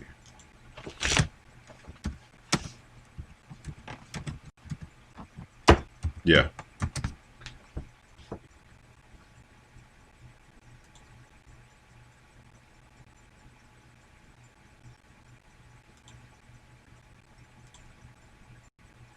yeah. I'm trying to pull up a little calculator for me right now, because I know I only have like 3 gigs of RAM on this computer. Let me see.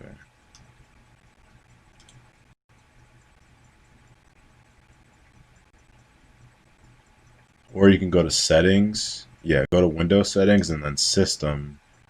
Like if you go right click over to the Windows icon, I was trying to go the fancy way, but I know there's a faster way. But if you go, yeah, go to system and then go. I know. I'm sorry. I was trying to be fancy, but but yeah. So I got, yeah, 4 gigs. My bad. So I got 4 gigs. What's your processor looking like? What's your what?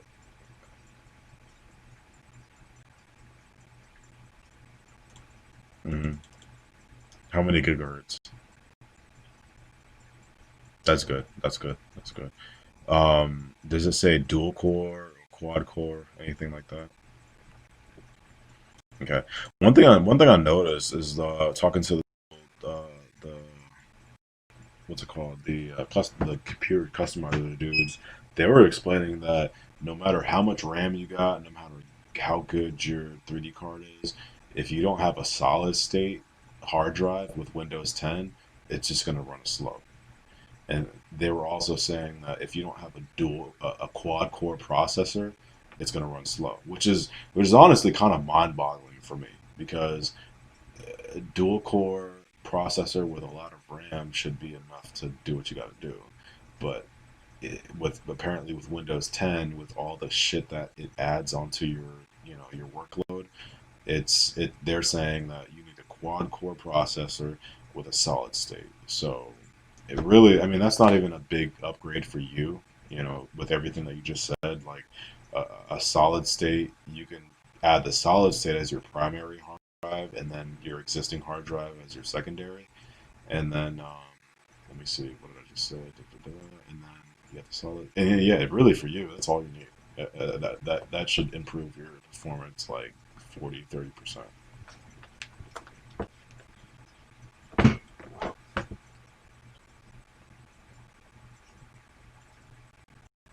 Yeah, no, it should be. It should be.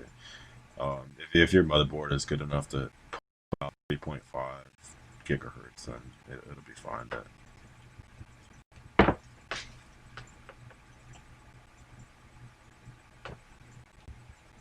nice. What 3D card do you have? I think you told me before.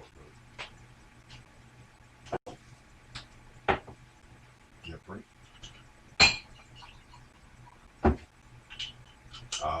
No shit. Okay, okay. That's gold, man. That means you got something really good there. Yeah, that's one of those things.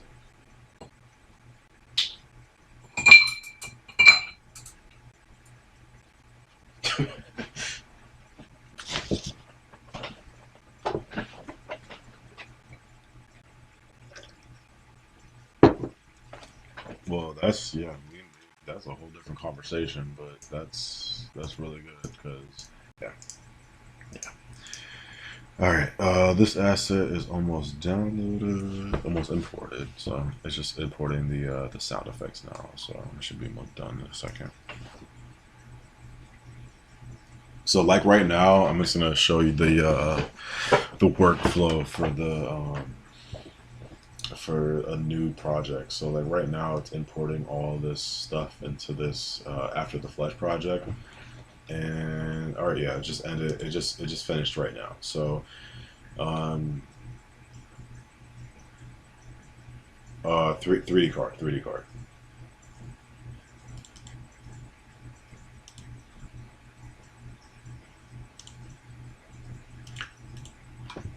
Uh,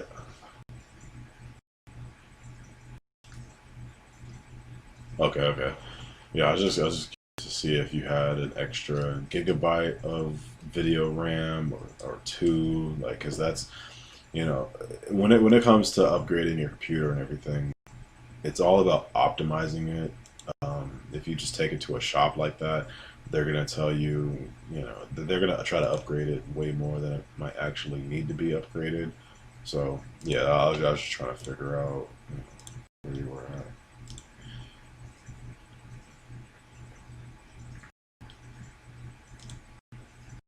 No, okay, okay.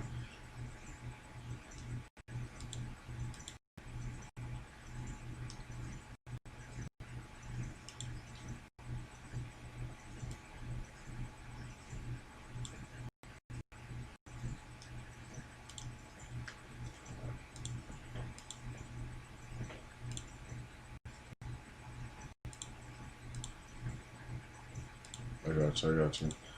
All right, so I have the horror asset downloaded. It's giving me some errors right now. I'm just trying to work through these errors and just delete what we don't need so that I can send it over to you real quick. Once it plays, I see what's going on. All right, so just all right, make a new sheet for me real quick, because this is gonna be for just game development stuff, game development notes.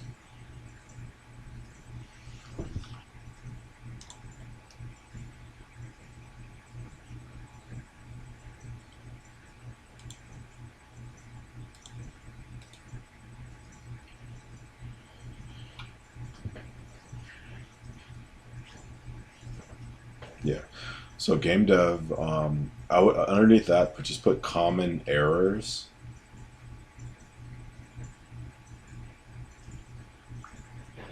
and then underneath that, I want you to put standard assets.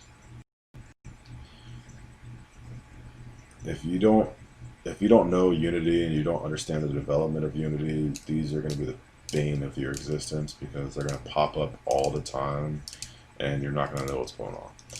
The reality is, Unity 2017, 2016 used to use these assets called standard assets, and they were your standard camera effects. So they gave you different camera effects, they gave you different, high quality visuals and all that.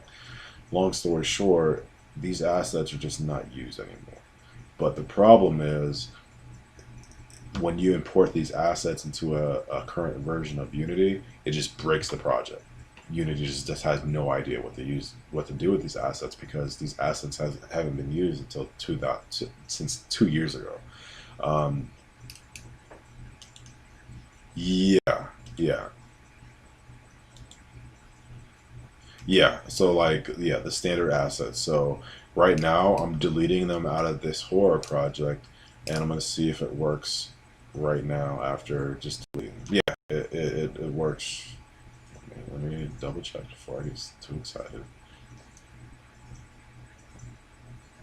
Let me make sure it actually plays. But the errors I got, so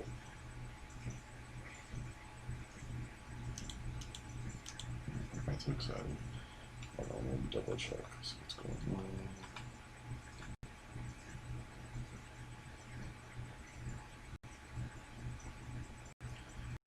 Models, glitch, camera effect.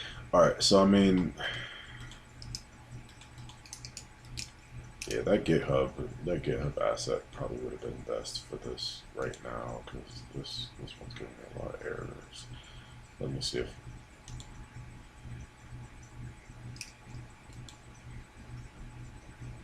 yeah.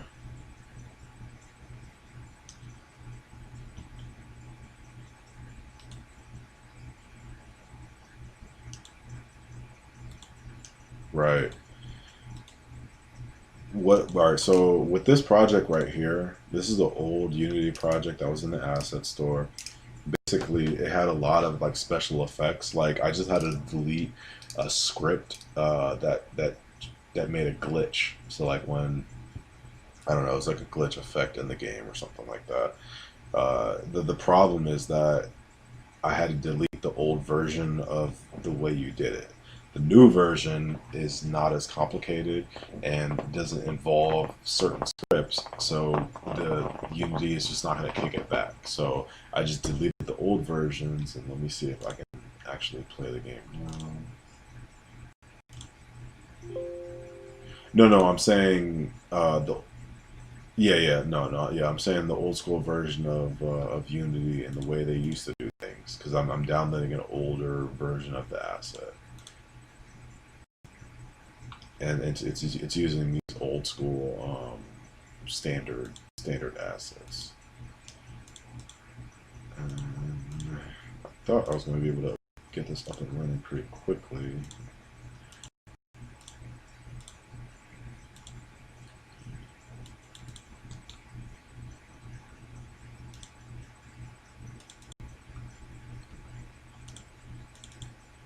No, it's exactly why. It's exactly why. No, no, that's exactly why. Because if you go, all right, go to the console. I mean, never mind. It's not going to be open on your end because you don't have the problems. But like right now, I'm on the console and it's showing me all the errors that are popping up on the game. And to be honest, like you should be able to understand what's going on here eventually. Like it's gonna take a while right now, but eventually you should be able to read the console and see. Like right now, it's telling me the namespace Unity standard assets cannot be found and is probably missing. So that's that. I'm experienced with this, so I know exactly what's going on. I know that the project is trying to incorporate something that Unity just doesn't use anymore. Does that make sense? Yeah. So it's just like Unity is like freaking out because it's just like, hey man, we don't use that thing that you're trying to use anymore. So you need to take it out before we can run the game. So that's what's happening. It's not like a complete breakdown of the game. It's just more of, hey, we can run the game, but we're just not going to run it until you move this speed bump out the way, you know. With that said, let me try to fix this thing before. So if I can fix this, this would be really nice and productive.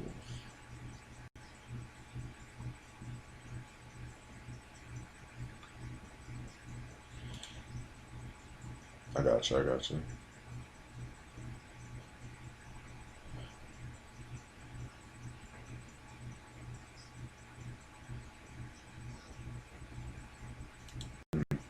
No, that's probably it. Probably is what it is because any new asset is just not going to have those scripts. And if you have any script in the game that is just old and it's just like trying to like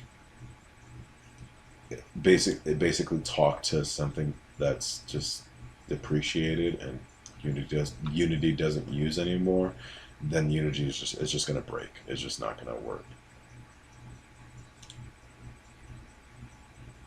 So like right now I'm looking at the player behavior script. Uh, yeah, this asset might not work for what we are trying to do right now. Let me see. Let me just delete everything that is giving me problems. Menu game.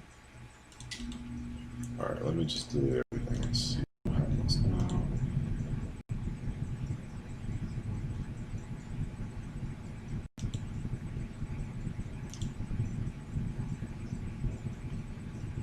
Yeah, yeah, yeah, for sure, for sure. All right, give me a second, cause I'm gonna jump to. I'm just gonna delete this whole asset, and I'm gonna download that easy character controller, and it's not gonna be. We'll have to do the first person shooter asset another time, but I wanna at least see if we can get this easy control character controller into Unity right now.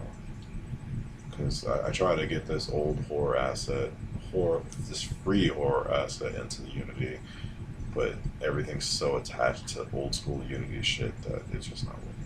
So,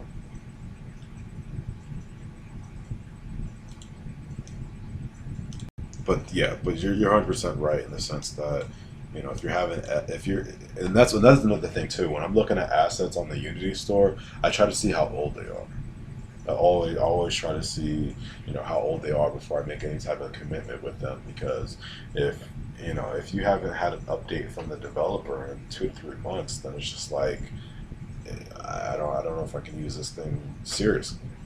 Like it, yeah, for some projects it is.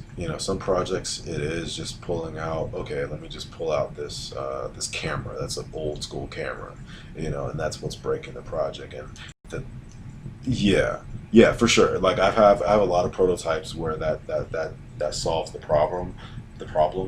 But like right now, I'm literally just messing with this horror asset for a second here, and nothing's working, even though I'm deleting stuff that it's telling me to delete. What that tells me is that the initial code was just tied too much to that old school stuff, and it just wasn't gonna work. So, but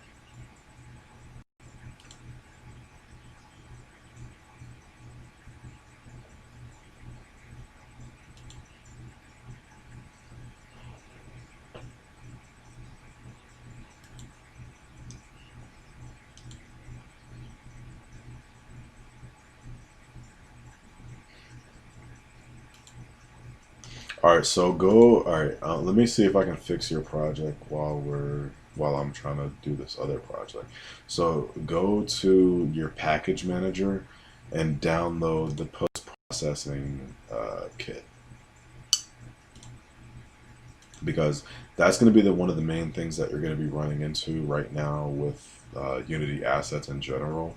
Most Unity assets are using a post-processing kit, and if you don't have that installed on your project, it's just not going to work.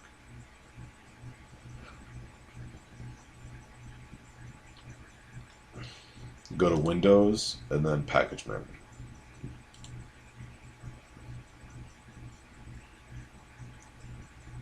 But it's all good. Like Unity is, yeah, it's a lot going on there.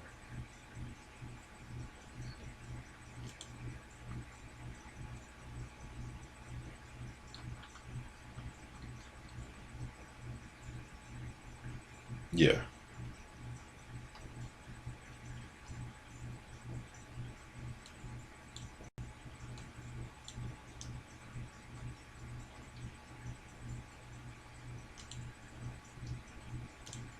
Hold on, let me see. Yeah.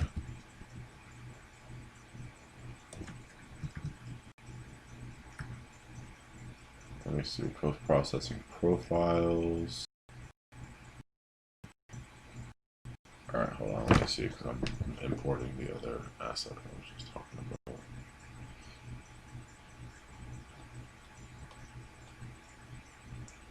Yeah, I kind of don't like how they updated this package manager because when I was able to go to the Unity Asset Store, I don't know, everything was a little bit more visual. I guess this right here is more efficient, but whatever.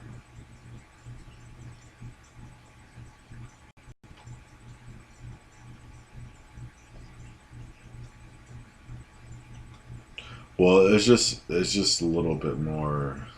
The other way is better, especially for newbies, because it's just a lot more visual.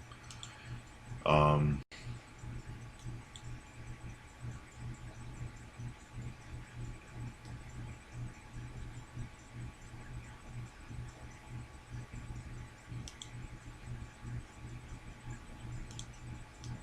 all right, it is downloading for me right now.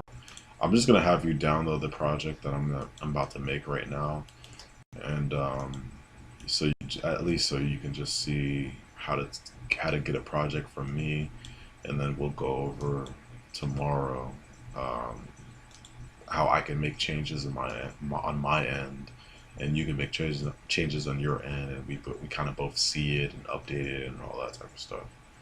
So, so let me just.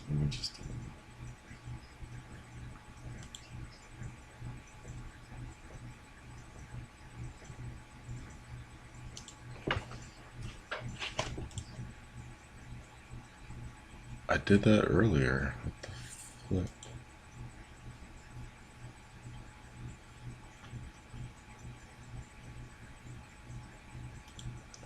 Let me double check it because I thought I added you as a seat already. Let me double check.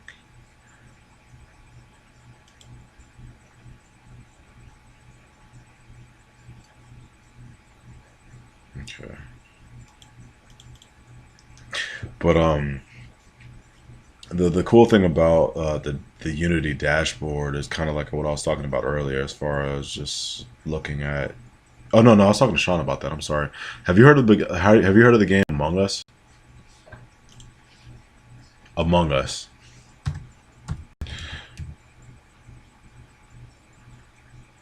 I don't know anything about it. I don't know anything about it other than the fact that it blew up, and I'm looking at Steam charts.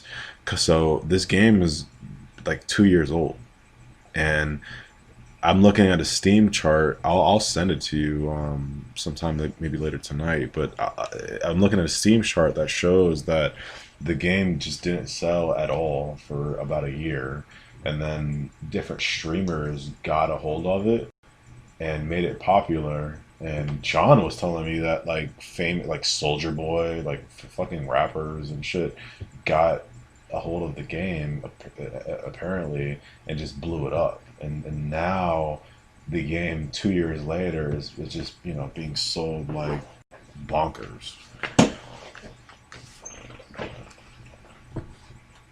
Yeah. Oh yeah. Yeah.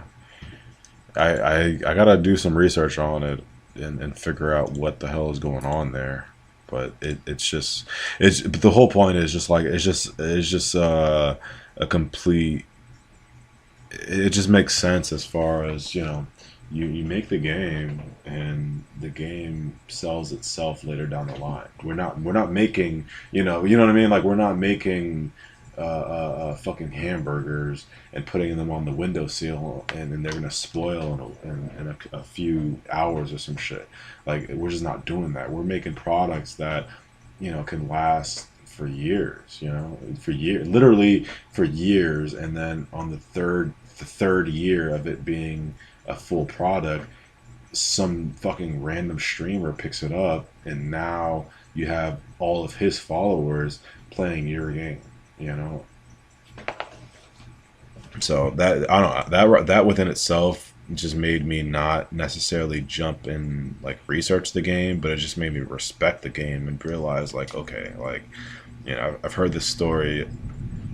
Yeah, I've heard this story a lot of times, and even me looking. All right, so like right now I'm looking at the Unity dashboard, and it has like a ton of different like analytics and options and just tons of different just information back here, and it just goes hand in hand with that story of that game right there, in the sense that you would be able to see exactly when your game took off.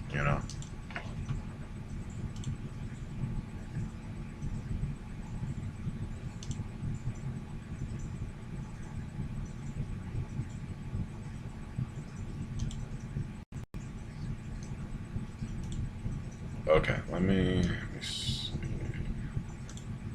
Yeah, because I'm on the dashboard right now. Because the dashboard, another cool thing about the dashboard, and we can go over this another time, but like the cool thing about the dashboard is that, let's say we have Abigail out right now as a game on the mobile app store, and it's a simple game, but people are able to donate money in the game if they want to donate to you, or if they want to donate to Midian Studios, they can literally control Abigail and go up to a merchant in the game and spend money. So with that concept alone, right now I'm at the Unity dashboard, and I can see monetization. So I can see ad revenue, but I can also see in-game purchases. Yeah.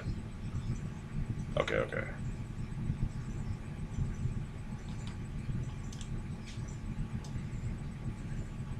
Well, I mean, we can be at that point right now tonight, because if I took a basic game and put it on the App Store, people would play it. You know what I mean? People, out of just straight curiosity, people would play it and download it and all that. I haven't done that because I don't care too much about getting 25 cents from a player, as opposed to a couple $100 or $12 or whatever. So the point is just like, if we had, let's just say we had just a extremely basic first person shooter out, you would be making 10 cents, 20 cents, 30 cents. Like that's the point, I guess, that I'm trying to make right now, is like, even if you had a game that it was just your a small project of yours, you would make some type of money with it. I just don't put anything on monetization or really try to focus on that right now, because it's not. I'd rather put out a full project, and I really you try to make serious money, as opposed to anything else. Yeah, yeah. Let me double check the seat. 'Cause,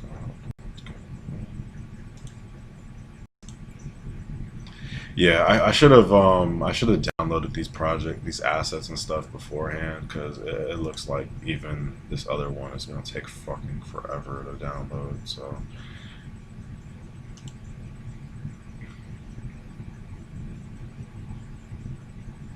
right, no, I'll download it overnight, because I just need to download it and then import it, and then we'll be good to go. So like right now, this other asset is importing, but it's taking a little while because it has to import on my computer, but then it has to upload up to the cloud. So it literally takes like double the time.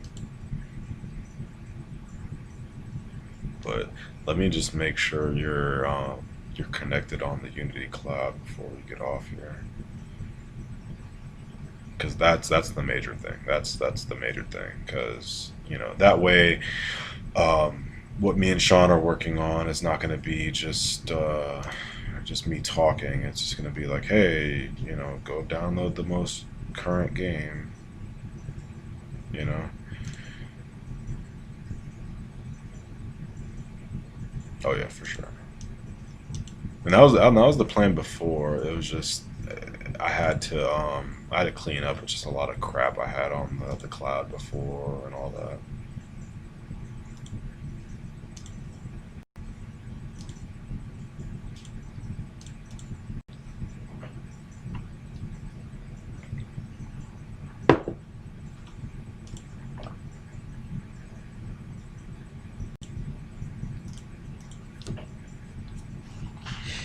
Yeah, so once I get you connected to the seat, you should be able to just upload even a blank project and share it with everybody. Let me see.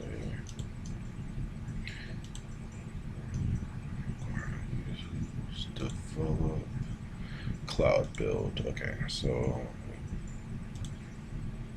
let me see. No, collaborate. There you go. That's what we want.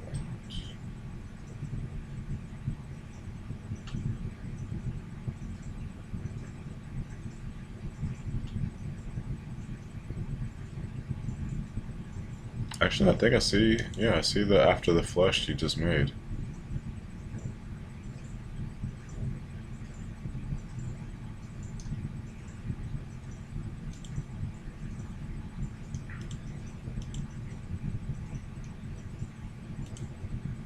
Yeah, I'm confused now because I see you have Unity Teams access. Okay, so that means you're good. And this is the project you just made because I didn't capitalize After the Flush. Did you make a test project too? Yeah. Okay. So I see that one too.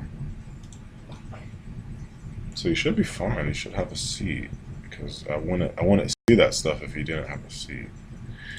So I'm not sure why you're getting that error that you're getting. Let me see.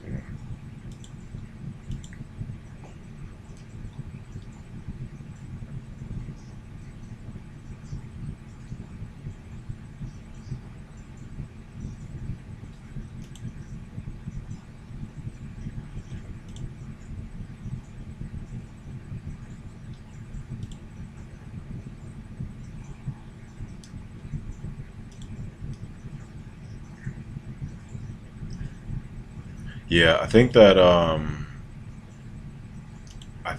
already sent you an invite to possibly the Fresno email, and maybe that's what the problem is here. Yeah, I think that's what.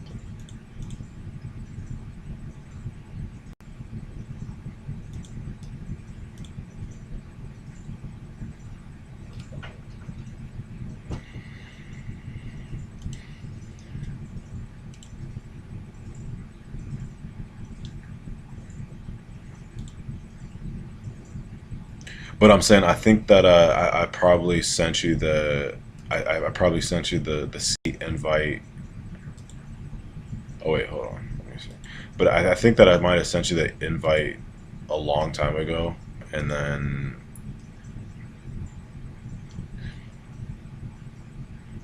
All right, so let me see. I'm logged in right now. Let me see. Asset management, Orlando Game School. Let's see. Members and groups. Let's see. Yeah, because I made the Orlando Game School membership. Yeah, I got Midian Studios here.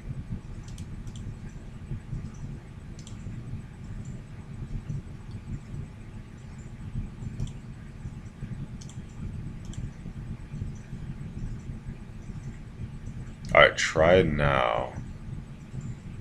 Why is it not showing Unity Teams Advanced for you? I'm confused. Oh, man.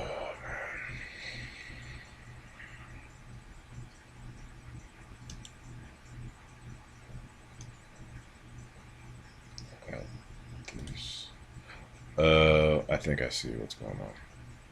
Yeah, I see what's going on. Okay, I got it. All right, I just signed you a new seat. I think I see. I see what happened. All right, so you should be good to go now. I just signed you a new seat.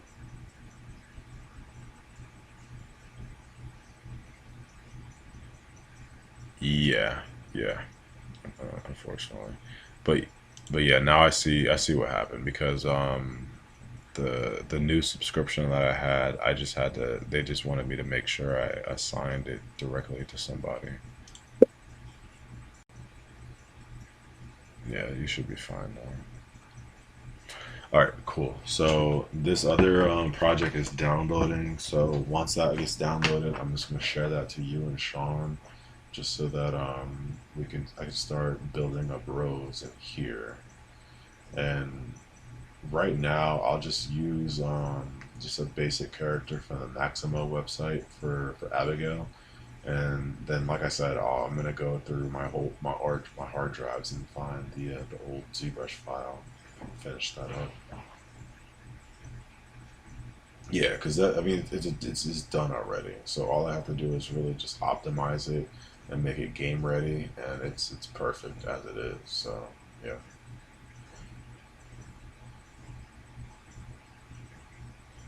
yeah,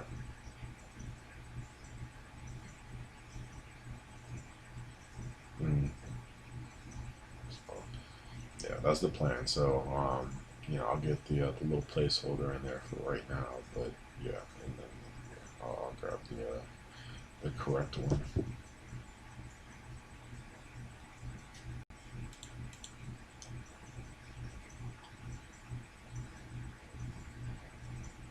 No, it should stay on. That's the point of the Unity team. So just so you know exactly what we're paying for, it's called Unity Teams Advanced, and Unity Teams Advanced means that yeah, every time you log into that project, and any changes that you make will automatically be uploaded to me, and I'll see, hey, Fresno added a new pumpkin character to the end of level, and then he made these notes right here, and I see all that, you know.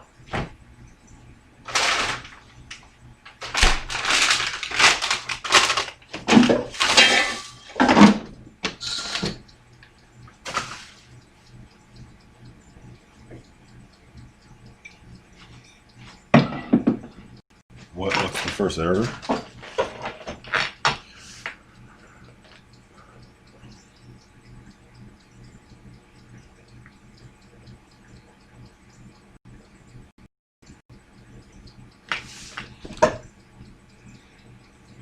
What what asset do you have loaded in there already? The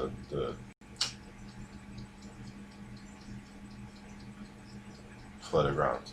Gotcha. Okay. So you gotta you gotta get the post processing asset downloaded, and then it should be fine because that's the only error you're getting. So it should be fine off of that. Let me